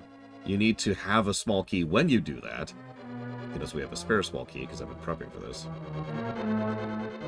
And yeah, there's just this whole dungeon loops in on itself constantly. With the advantage of time and experience and having played a lot of Zelda games recently, I do think this is a positively designed dungeon, not a negatively designed one. But you can tell how, especially when you're playing this game for the first time, when you're like 10, which is what I was, how this could just be a, huh? Right, I actually forgot something. Hang on. Speaking of, let's not skip anything.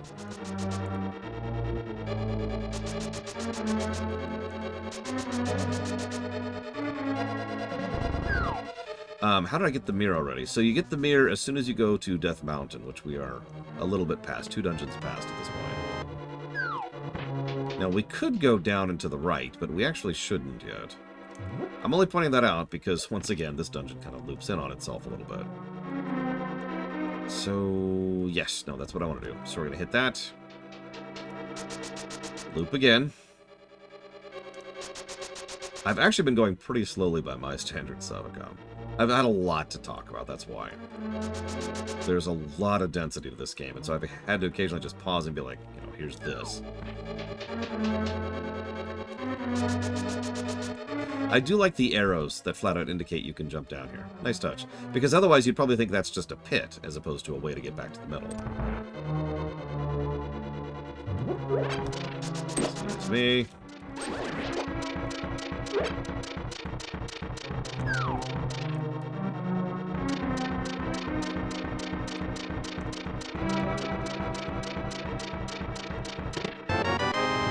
Grab the compass. So we have a choice here. We can go down or left. So the correct choice is left. Let's see what happens when we go down. Okay, so that's just some random rupees. But we are currently locked out of getting the big item right now. If we go further down, we just go into a one-way thing. Let's just get a little bit of healing really quick. And while we're here, a little bit of light. Not that we need rupees anymore, but you know. Okay, so that does give us our secondary key. By the way, that's the boss right there. There's a whole lot of previewing and shortcutting in these dungeons. Like a lot. Why would I need the lamp, Savicom? Yeah. Actually, there are a couple of things the lamp is objectively useful for. Namely, any puzzle that requires you to light a torch. For example, you cannot access the boss of Dungeon 2, the Sand Temple, until you have some way to light those torches. Now, there's 2 ways to light torches. The lamp is one of them. Let's just stay here. Is it possible to play this game blindfolded? No, I actually talked about that earlier. The movement is inconsistent depending on direction and interference. So what that means is it's possible to end up somewhere where you're not sure where you are, and having difficulty resetting, unlike Ocarina of Time, where your movement is 100% deterministic.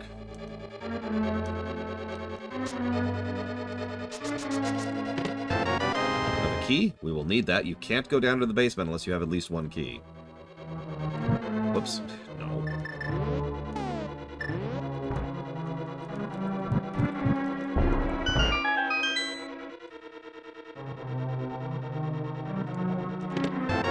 Hammer. One of the most useful items in the entire game. And you're probably thinking, why? Well, the hammer actually does surprisingly good damage. It's a little harder to wield, but until you get the tempered sword, I believe. I'm pretty sure this does the same damage as the tempered sword. I'm questioning myself now, but I'm pretty sure it does. The catch is, this is your attack speed, as opposed to being able to do this. And there's a weird knockback thing I'll show off later, because you kind of have to.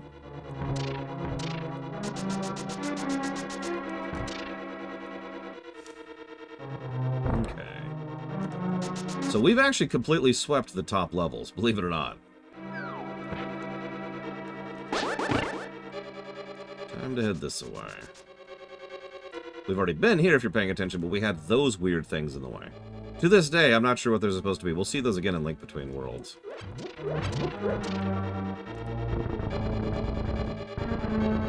Obviously, picking up the skulls reveals the switch. Favorite hammer in the series?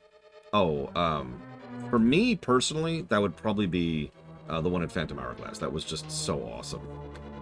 I love that thing. Let me show off these. So this is what I mean. They face you, right? So if I was to face him, he'd be like, wah, and he'd actually shoot at me. You gotta trick him.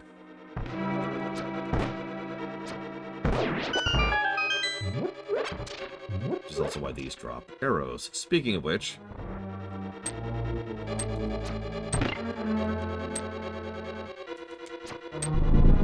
I was stuck here for a minute, too. Not gonna lie about that. We're probably earning ourselves up to like another aggregate walkthrough-itis negative, because there's a few individual puzzles which are like, huh? And we've already encountered 2 of them since entering the Dark World. Probably Axe for me, Yura.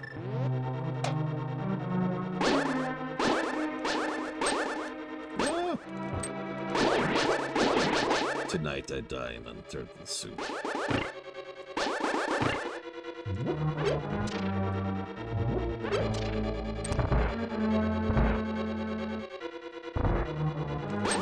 I did, Talia.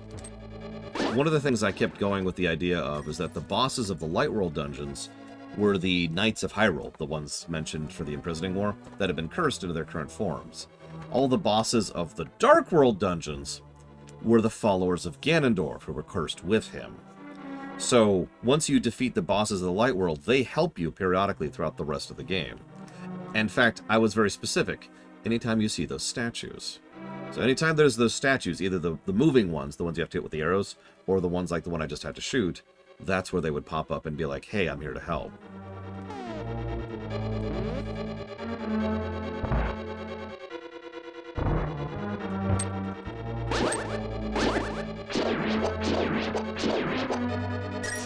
I even reacted to it a few times. Had Link be like, what? If you remember, Link actually swiped at one of the statues once, like, why are you talking to me? You're probably wondering, well, hang on. Who are the bosses of the Dark World dungeons? So, I'm just going to give this away. The idea I had in my head, they always talk about the followers of Ganondorf and how they joined with him when they went into the realm. Now, in the manual, Ganondorf killed them all. But, of course, I wasn't going off the manual because I sort of forgot that existed. Instead, in my case, each of the followers went down into... Yes, Sadokam. Each of the followers that joined him got, power, prestige, and all that fun stuff. And one of those groups, like the closest of his followers, was a family. I don't exactly know where this idea came from, but I realized when I started writing the LTTB theater, as I was writing it as a horror story, and I started just kind of checklisting, okay, what types of horror is there? Well, there's innocent horror, so that's a child. There's eldritch horror. I decided to use a baby for that. There's seductive horror. That's the mother. And then there's reductive horror. That's the father.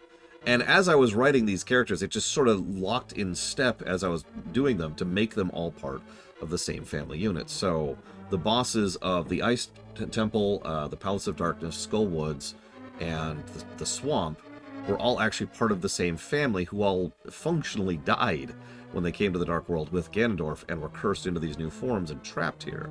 Now, this is a fairly classic idea. I will freely admit I took this idea fully from World of Warcraft. There's a demon lord named Razalik in World of Warcraft who granted his followers tremendous power and domain, but they were trapped.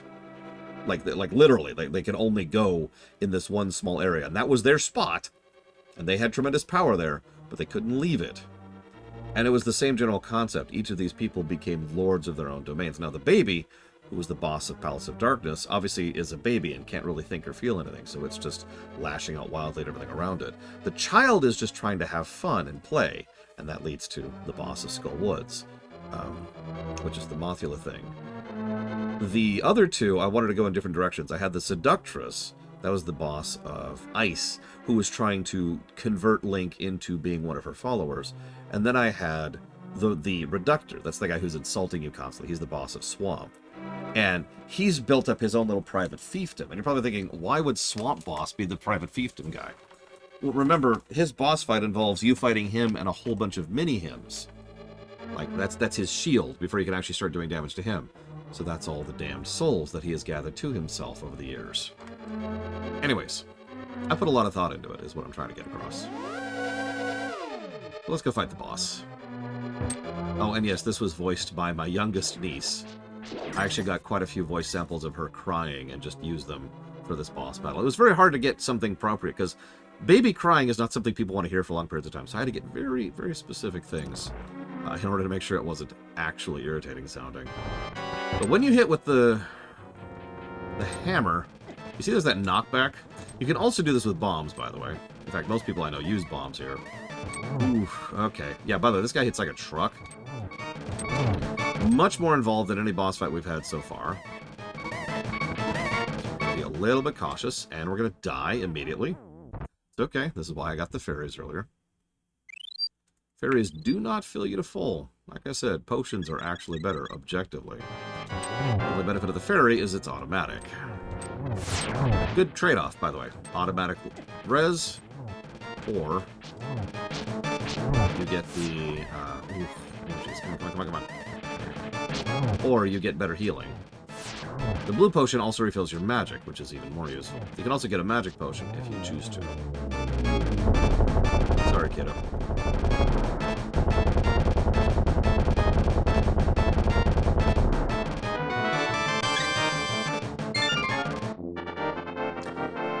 Speaking of Four Swords, one of the other things I did was I designed each of the maidens to be based off of the personalities and styles of each of the maidens from Four Swords. You can indicate the idea that these were all provincial leaders, not just, you know, random girls from the world. Runner, because of you I can escape the clutches of evil monsters. Thank you. This world used to be the Golden Land, where the Triforce was hidden. But because Ganon, boss of thieves, wished it, the world is transformed. I'm sure he's intending to conquer even our light world after building his power here. He is trying to open a larger gate between worlds near the castle using our powers. But the gate is not open completely yet. If we 7 maidens come together, we can break the barrier around Ganon's hiding place. I will tell you where the other girls are held. I believe you will destroy Ganon. I'll return to my original form at that time. Do you understand? May the way of the hero lead to the Triforce.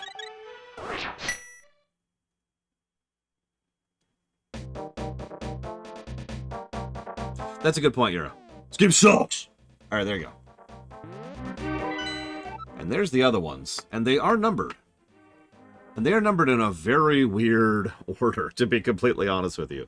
They want you to do Swamp, then Skullwoods, then Thieves Town, then Ice Tower, then Misery Mire, then Turtle Rock, and obviously finally Ganon's Tower. That's... I don't know, that order is kind of strange to me. But of course, if it's not obvious, you can do those in a lot of different orders. There's a couple items you need. Like I said, you need the Titan's Mitt. But, you can get the Titan's Mitt pretty easily. In fact, I'm pretty sure I can get the Titan's Mitt right now. In fact, I know I can. I could actually go get the Titan's Mitt now, and I can do Dungeon 4 second. Because once you get the hammer, the whole world opens up tremendously. And once you get the Titan's Mitt, the rest of the world opens up. I like that, to be clear. This is one of the things that I liked about Zelda 1, and it is something I like about Zelda 3. There is a whole lot of all roads leads to Rome and how you progress from this point. And I kind of like the numbers, personally. Mostly because I like the optional guidance, for lack of a better way to put it. If you're lost and don't really know where the dungeons are or how to progress or what to do, it's nice to have that option. I do kind of wish there was a separate button you could press on this screen that's like, show where the dungeons are, right? That's not on by default. And that way, you could be completely blind, don't use the map at all. You could pull up the map to get an idea of the terrain, and you can pull up the map to see where the guidance is. All 3 gradients of guidance there for the players. Unfortunately, we only have 2 of those, but I do still think that is good. I do still think that is positive worthy.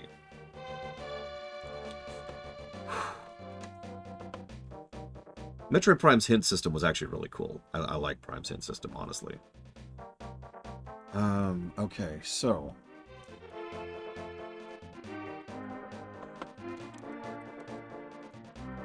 I have not been keeping up and writing down my notes. I hope this has been enjoyable for you all. I've been forgetting to write down the positives and negatives as we go.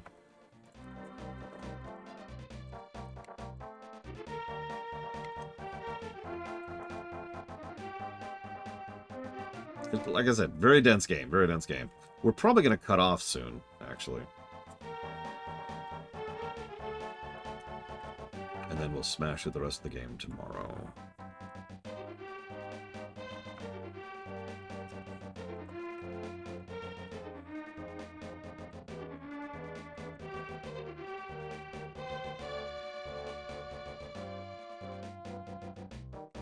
Oh, yeah, I'm going to argue for something that we haven't actually given. I knew it, Ross! I am going to be giving a positive for, I believe, one of the first times in a Zelda game. Possibly the first time. Visual storytelling. The way they present the Dark World tells so much of the tale of exactly how messed up this place really is.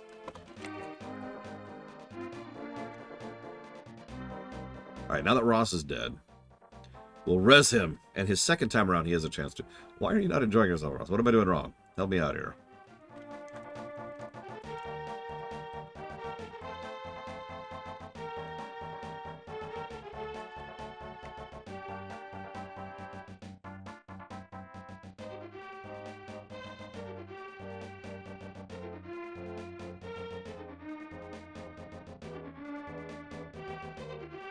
Wait, demon. Okay.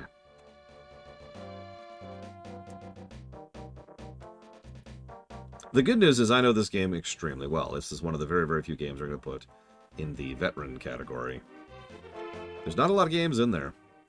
Someone asked earlier, I think it was actually Ross, excuse me, do I ever worry that knowing a game well enough inhibits my ability to review a game? And actually, it's the exact opposite. A game I have played for the first time, and indeed once only ever, is going to be a less accurate review than a game that I have played a dozen times and know inside and out. Because I know so much more about how the game operates, how it works, and what it does. You've been noticing, I know exactly what I'm doing. And I know at all times exactly how to progress. That also means I know exactly where the bullcrap is.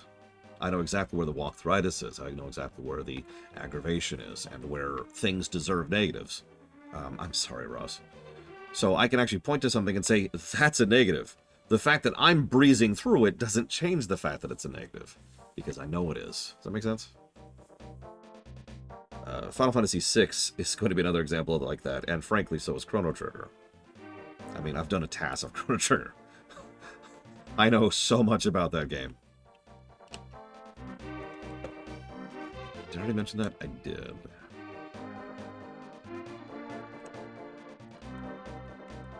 Did I write that? I did not.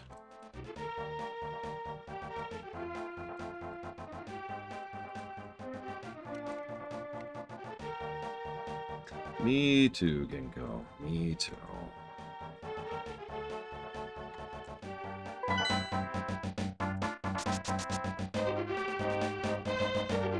Oh, it'll absolutely affect the density. There's no avoiding that. I don't have a way to fix that. As Frieza actually brought up the exact same complaint not too long ago, and frankly, you two are not the first two to do so. I have brought up that same complaint to myself. The problem with the density thing is there is no way to perfectly encapsulate the length of a game. Not really. My playthrough will always be different than someone else's playthrough. Hell, my second playthrough will have different duration than my first playthrough, and so will my third, and so will my fourth. It's honestly kind of a compromise. Just kind of sitting and being like, okay, hang on. There's a lot of guesstimation and a lot of estimation about exactly how long things take. Because I do value density, I'm not removing that from the list. I thought about it for a while. I thought about just taking density off the list and saying, nah. Oh, this is in the Japanese version, right. There's a trick you can do to be ridiculous in the Japanese version, but anyways. Yeah, no, I do a lot to try and compensate for the time thing, but there's only so much that is possible to do without just removing density from the equation, which is not something I'm going to do. I just value it too much. So this way to the bomb shop. That's true. I mean, Nintendo desperately is begging me to keep plugging their games so people keep buying them. 100 rupees for 30 bombs. 30 bombs for just 100 rupees. Please buy them, mister. Nah, I'm good. Well, that's also why density has a cap. At a certain point, the game doesn't get any more credit for density. I think we talked about that, Ross, but in case you haven't heard me talk about that, that's pretty much mandatory. If that wasn't there, that's what I thought. Games like Mega Man 2 would suddenly be one of the highest scoring games on the list, even though it doesn't actually deserve to be that, purely because it's just a 2-hour game, you know? We've already run into that particular bug in the system, for lack of a better way to put that. So, here's a question for you. How many of you got really, really stuck at this point in the game, where I am right now?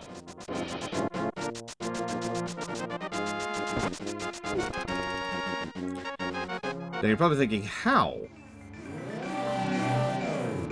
So, I couldn't figure out how to access Dungeon 2. I'll start with that. So I just kind of was exploring, because of course I was.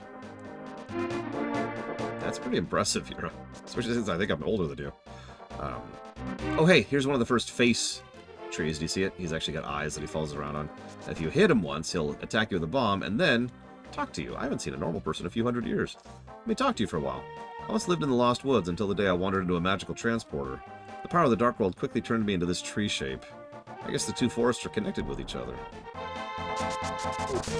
Probably Italia, but let's just move past that, because none of that's really relevant. I wasn't trying to get to Dungeon 2. Maybe I should have tried to get to Dungeon 2.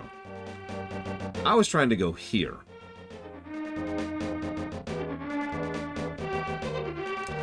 And the thing is, if you know the level design here, you know that rock is very strategically placed. It is a dark rock, which means it requires the mitt, which is actually past this. And it is the only way up on this part of the loop of the overworld map. The only way to go clockwise up into there is through this exact narrow pathway right here. There is no other way up here, if you're just exploring this overworld.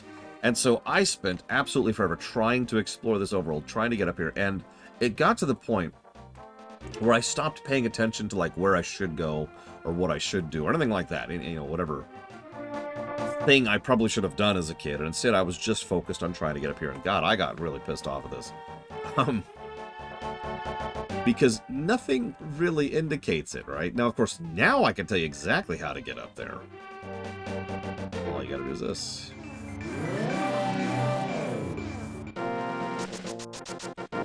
Increased density of troops. Again, I already mentioned that.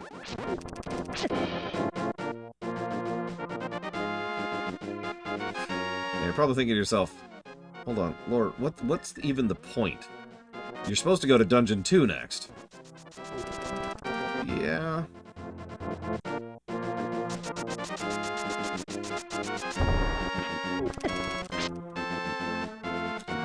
Or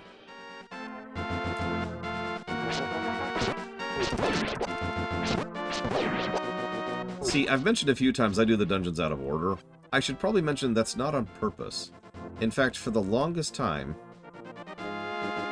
just the longest time in my head, I thought of the dungeons in the wrong order. Because I finally figured out a way to progress the path forward, and lo and behold, we're past the rock. And now we can do Dungeon 4, I think it is. Thieves Town. We can do Thieves Town. Quit bothering me. And watch where you're going when you dash around. Sorry. This also opens up quite a few things here, but that's neither here nor there. A few days at least, Euro. So this is the Town of Lost Souls, I think is what they call this place. Village of Outcasts. People without rupees are not welcome here. And of course, this is the criminal village, which was actually mentioned over in Four Swords as well. And hey, there's the next dungeon. After there, but whatever. I was just... Oh yeah, we finally introduced the thief type of character, which we've seen a few times before. So, speaking of walkthroughitis, that's how you access the next dungeon. Again, I'm going to check the fortune tellers, because I have no idea how you're supposed to tell that otherwise. Lord knows we got plenty of money to blow on fortune tellers, so...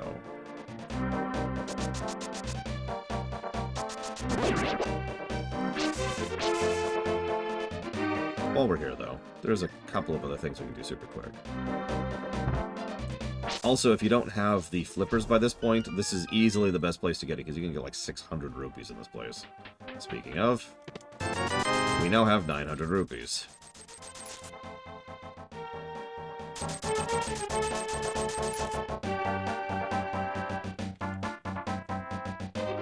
Nice place, though.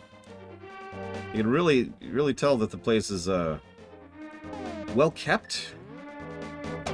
Sounds like a good way to put that.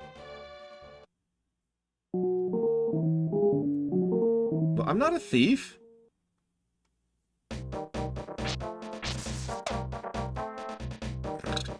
Lol. haven't seen an Orpus in a few hundred years.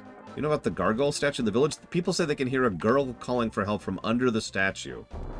Okay, that's not helpful. That is not helpful. I'm sorry. That is not sufficient. So Thieves' Town is an interesting dungeon.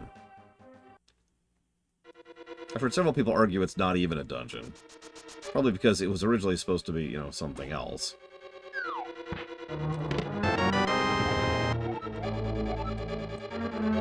So I mentioned the family that followed Ganondorf, but I didn't mention Blind. I thought about making Blind one of the family members at first, but then I realized it would be much better to make him his own deal. And I loved the idea of Blind being a classic bandit prince. The kind of person who's like coarse and irritating and frustrating and gross and awful, and the only person who cusses in the entire theater. So, random voiced him. Did a great job of it. Because he has absolutely no couth, for lack of a better way to put that. But he also has these giant delusions of grandeur. Oh, thanks. When really, he's just a thug. And there's nothing else to him. Oh no, what's that? So those temporarily turn you into a bunny. If you're wondering, there's two ways to get not being a bunny. First is to wait it out, like I just did. The second is to take damage. I don't recommend taking damage, but you can if you're in a hurry. A spoiled delinquent, I like that. Hey Malachor, the score should be up to date on the HUD. Don't mind me. So this is mostly just a bunch of interconnecting rooms. With a couple of chests throughout.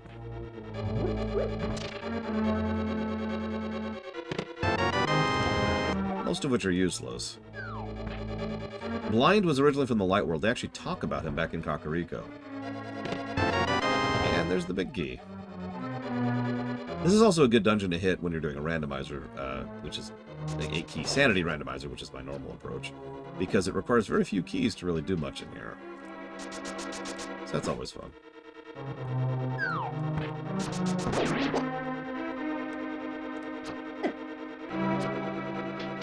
So I have to be a little bit cautious. It's probably not obvious, but stuff in here hurts so hard that I would rather not take any damage at all. No, I couldn't even tell you about Turniga's World off the top of my head. Also, that game sucked! Nobody likes Turniga. Nobody likes this. Key. So here's the funny thing.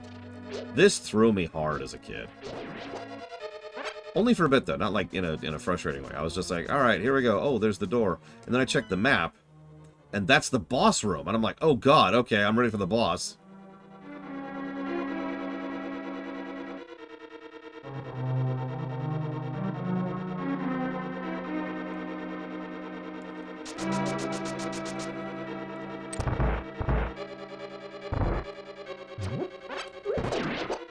I feel like Wind Waker Link would turn into like a cat. I'm not sure about the other ones. This is actually one of the hardest rooms in the game, right there. Because there's a lot of moving pieces, and it's hard to damage those things. You have to damage them when they're outside of the cloud. Like that. And you've got conveyor belts, you've got fireballs, which are invincible. Yeah, Twilight Princess would be a wolf, obviously.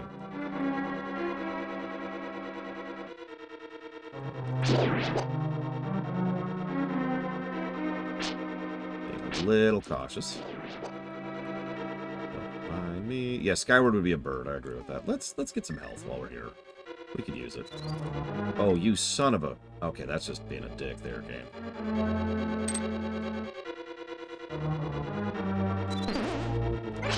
There we go. Yeah, Ocarina would be a fox. Easy pick.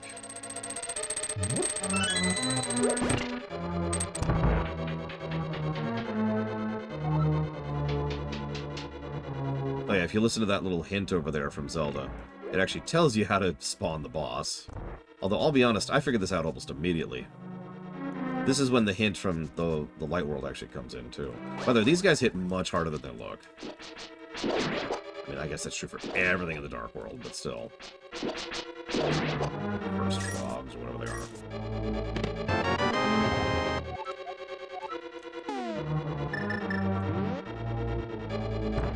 Problem I kept having was actually getting it into the actual spot. There we go.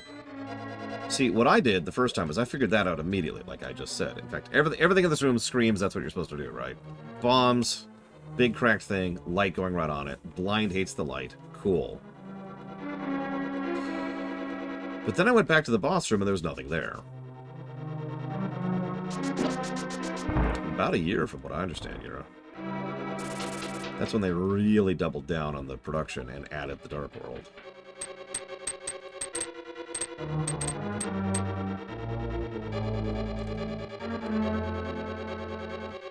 Probably should have healed there. Whatever, whatever.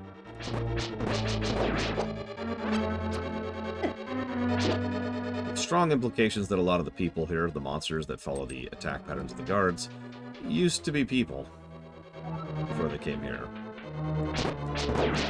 I guess you could say they're still people, but you know what I mean. They're not people of the cursed variety.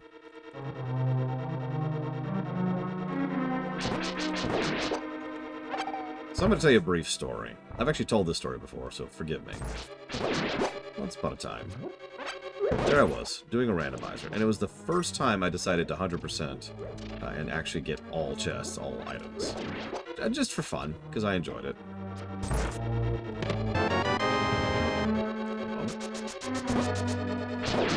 Yeah. Thank you very much. You saved my life. Please take me outside. And then I took her outside, and then she despawned at the end. Anyways, that's not actually the story. I'm just saying, if you take her outside, she despawns straight up.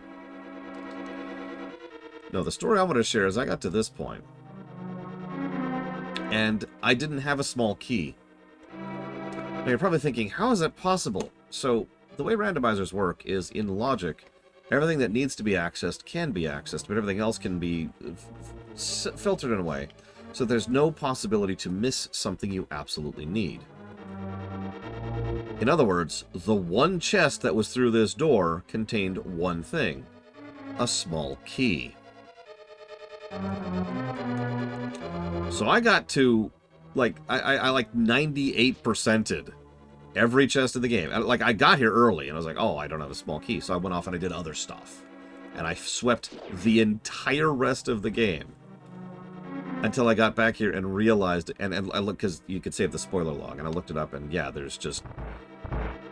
So the first time I ever actually attempted a 100% randomizer, I got handed a seed that couldn't.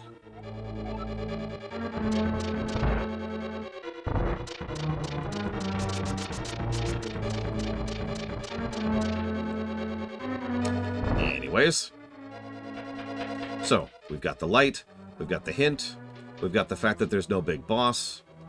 Pretty obvious what to do next.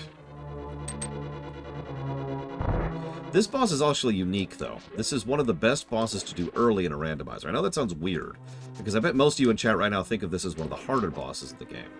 Alright?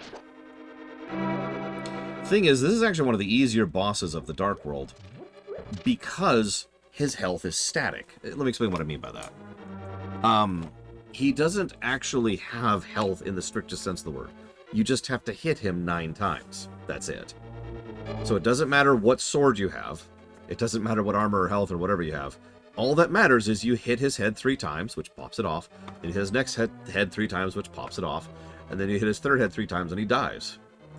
So you can come in here with just the fighter sword, which is your level 1 sword, and still crush through him without much issue, because he doesn't have a billion health like most of the other bosses do.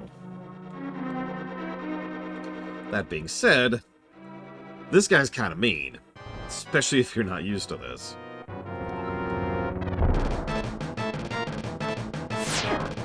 In fact, I anticipate dying here at least once.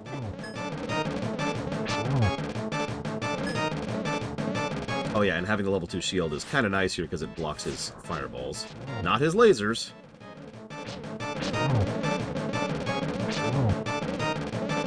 And each head he spawns starts shooting more, and they are pretty much straight up random. There's no real pattern to speak of here.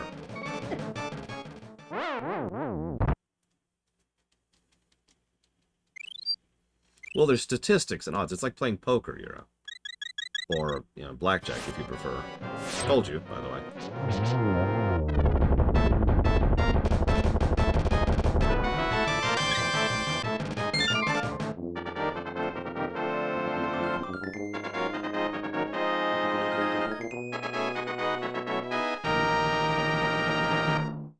I like the blind fight, and I think it's a good fight.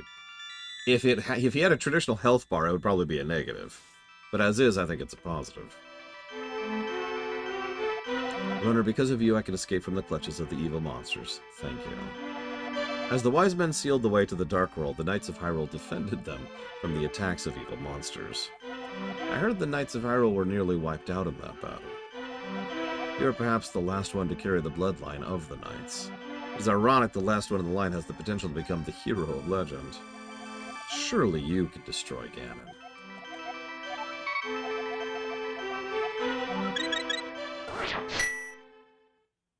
I know, Talia. So that's that area swept. But, you know, before we cut off...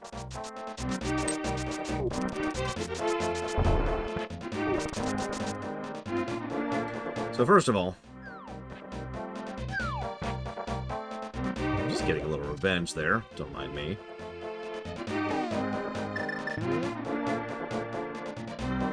We're going to get one of the best items in the game. We could have actually gotten this earlier, believe it or not. In fact, you can get this the moment you finish Pod.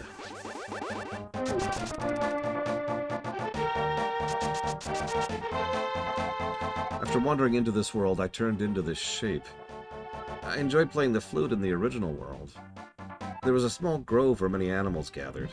I want to see that place again.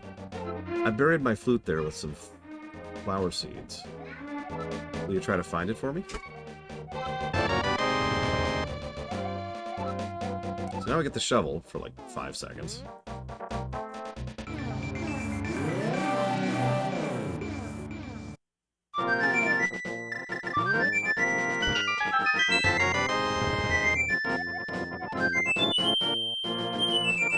Reminder, that's a ghost. That's not him. He's back here. You don't actually have to go turn into him. But if you do... Thank you, Runner, but it looks like I can't play my flute anymore. Please take it. If by chance you go to the village I lived in, please give it to a tired old man you'll find there. My mind is getting hazy. Please let me hear the sound of the flute one last time.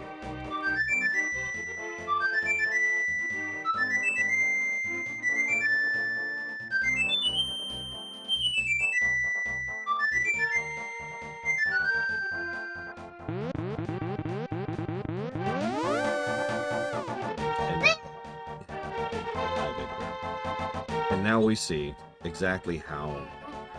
Could you stop 1 second? Could you stop for 1 second, please? And now we see exactly how the other trees came to be in the Dark World.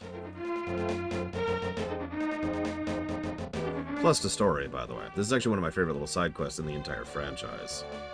We're not actually done yet, though.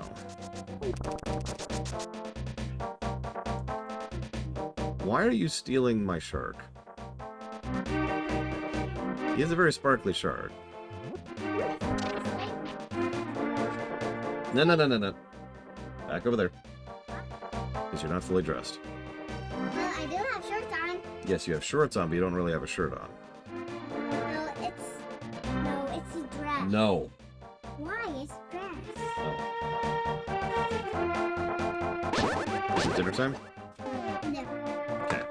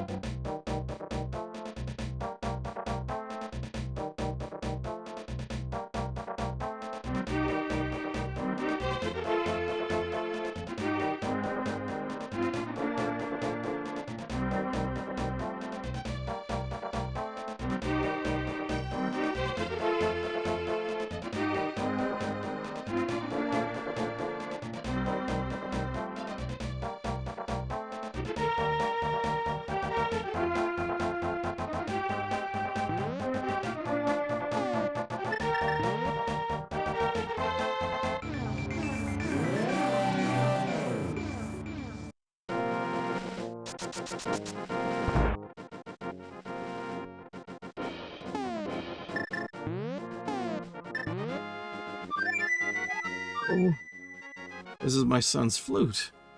Did you meet my son? Where is he? Is he all right? No. Oh, I see. I can tell you want what you want to say by the look in your eyes. Would you keep the flute? And will you pay its sweet melody for the bird in the village square? I beg of you, please. My son would probably want it this way, but still, I wish I could see him once more.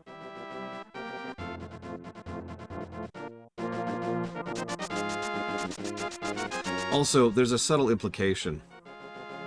Some of the trees in the Dark World can talk still. Some of them can't talk or move at all. And that's probably the fate of the sun, the ones that just become part of the terrain, like over in Davy Jones's thing in Pirates of the Caribbean.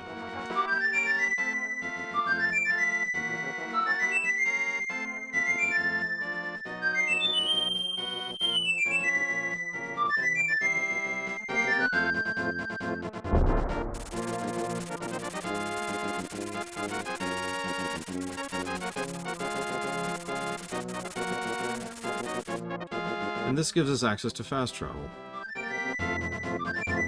It is quite literally mandatory to progress through the game. And I only point that out because they wanted to make absolutely sure that you saw that little cutscene, that little sequence with the son who decided to go off seeking the golden power and suffered the consequences for that. And on that cheerful note, I'm going to cut off for the night. I'll see you tomorrow, and we'll wrap this up.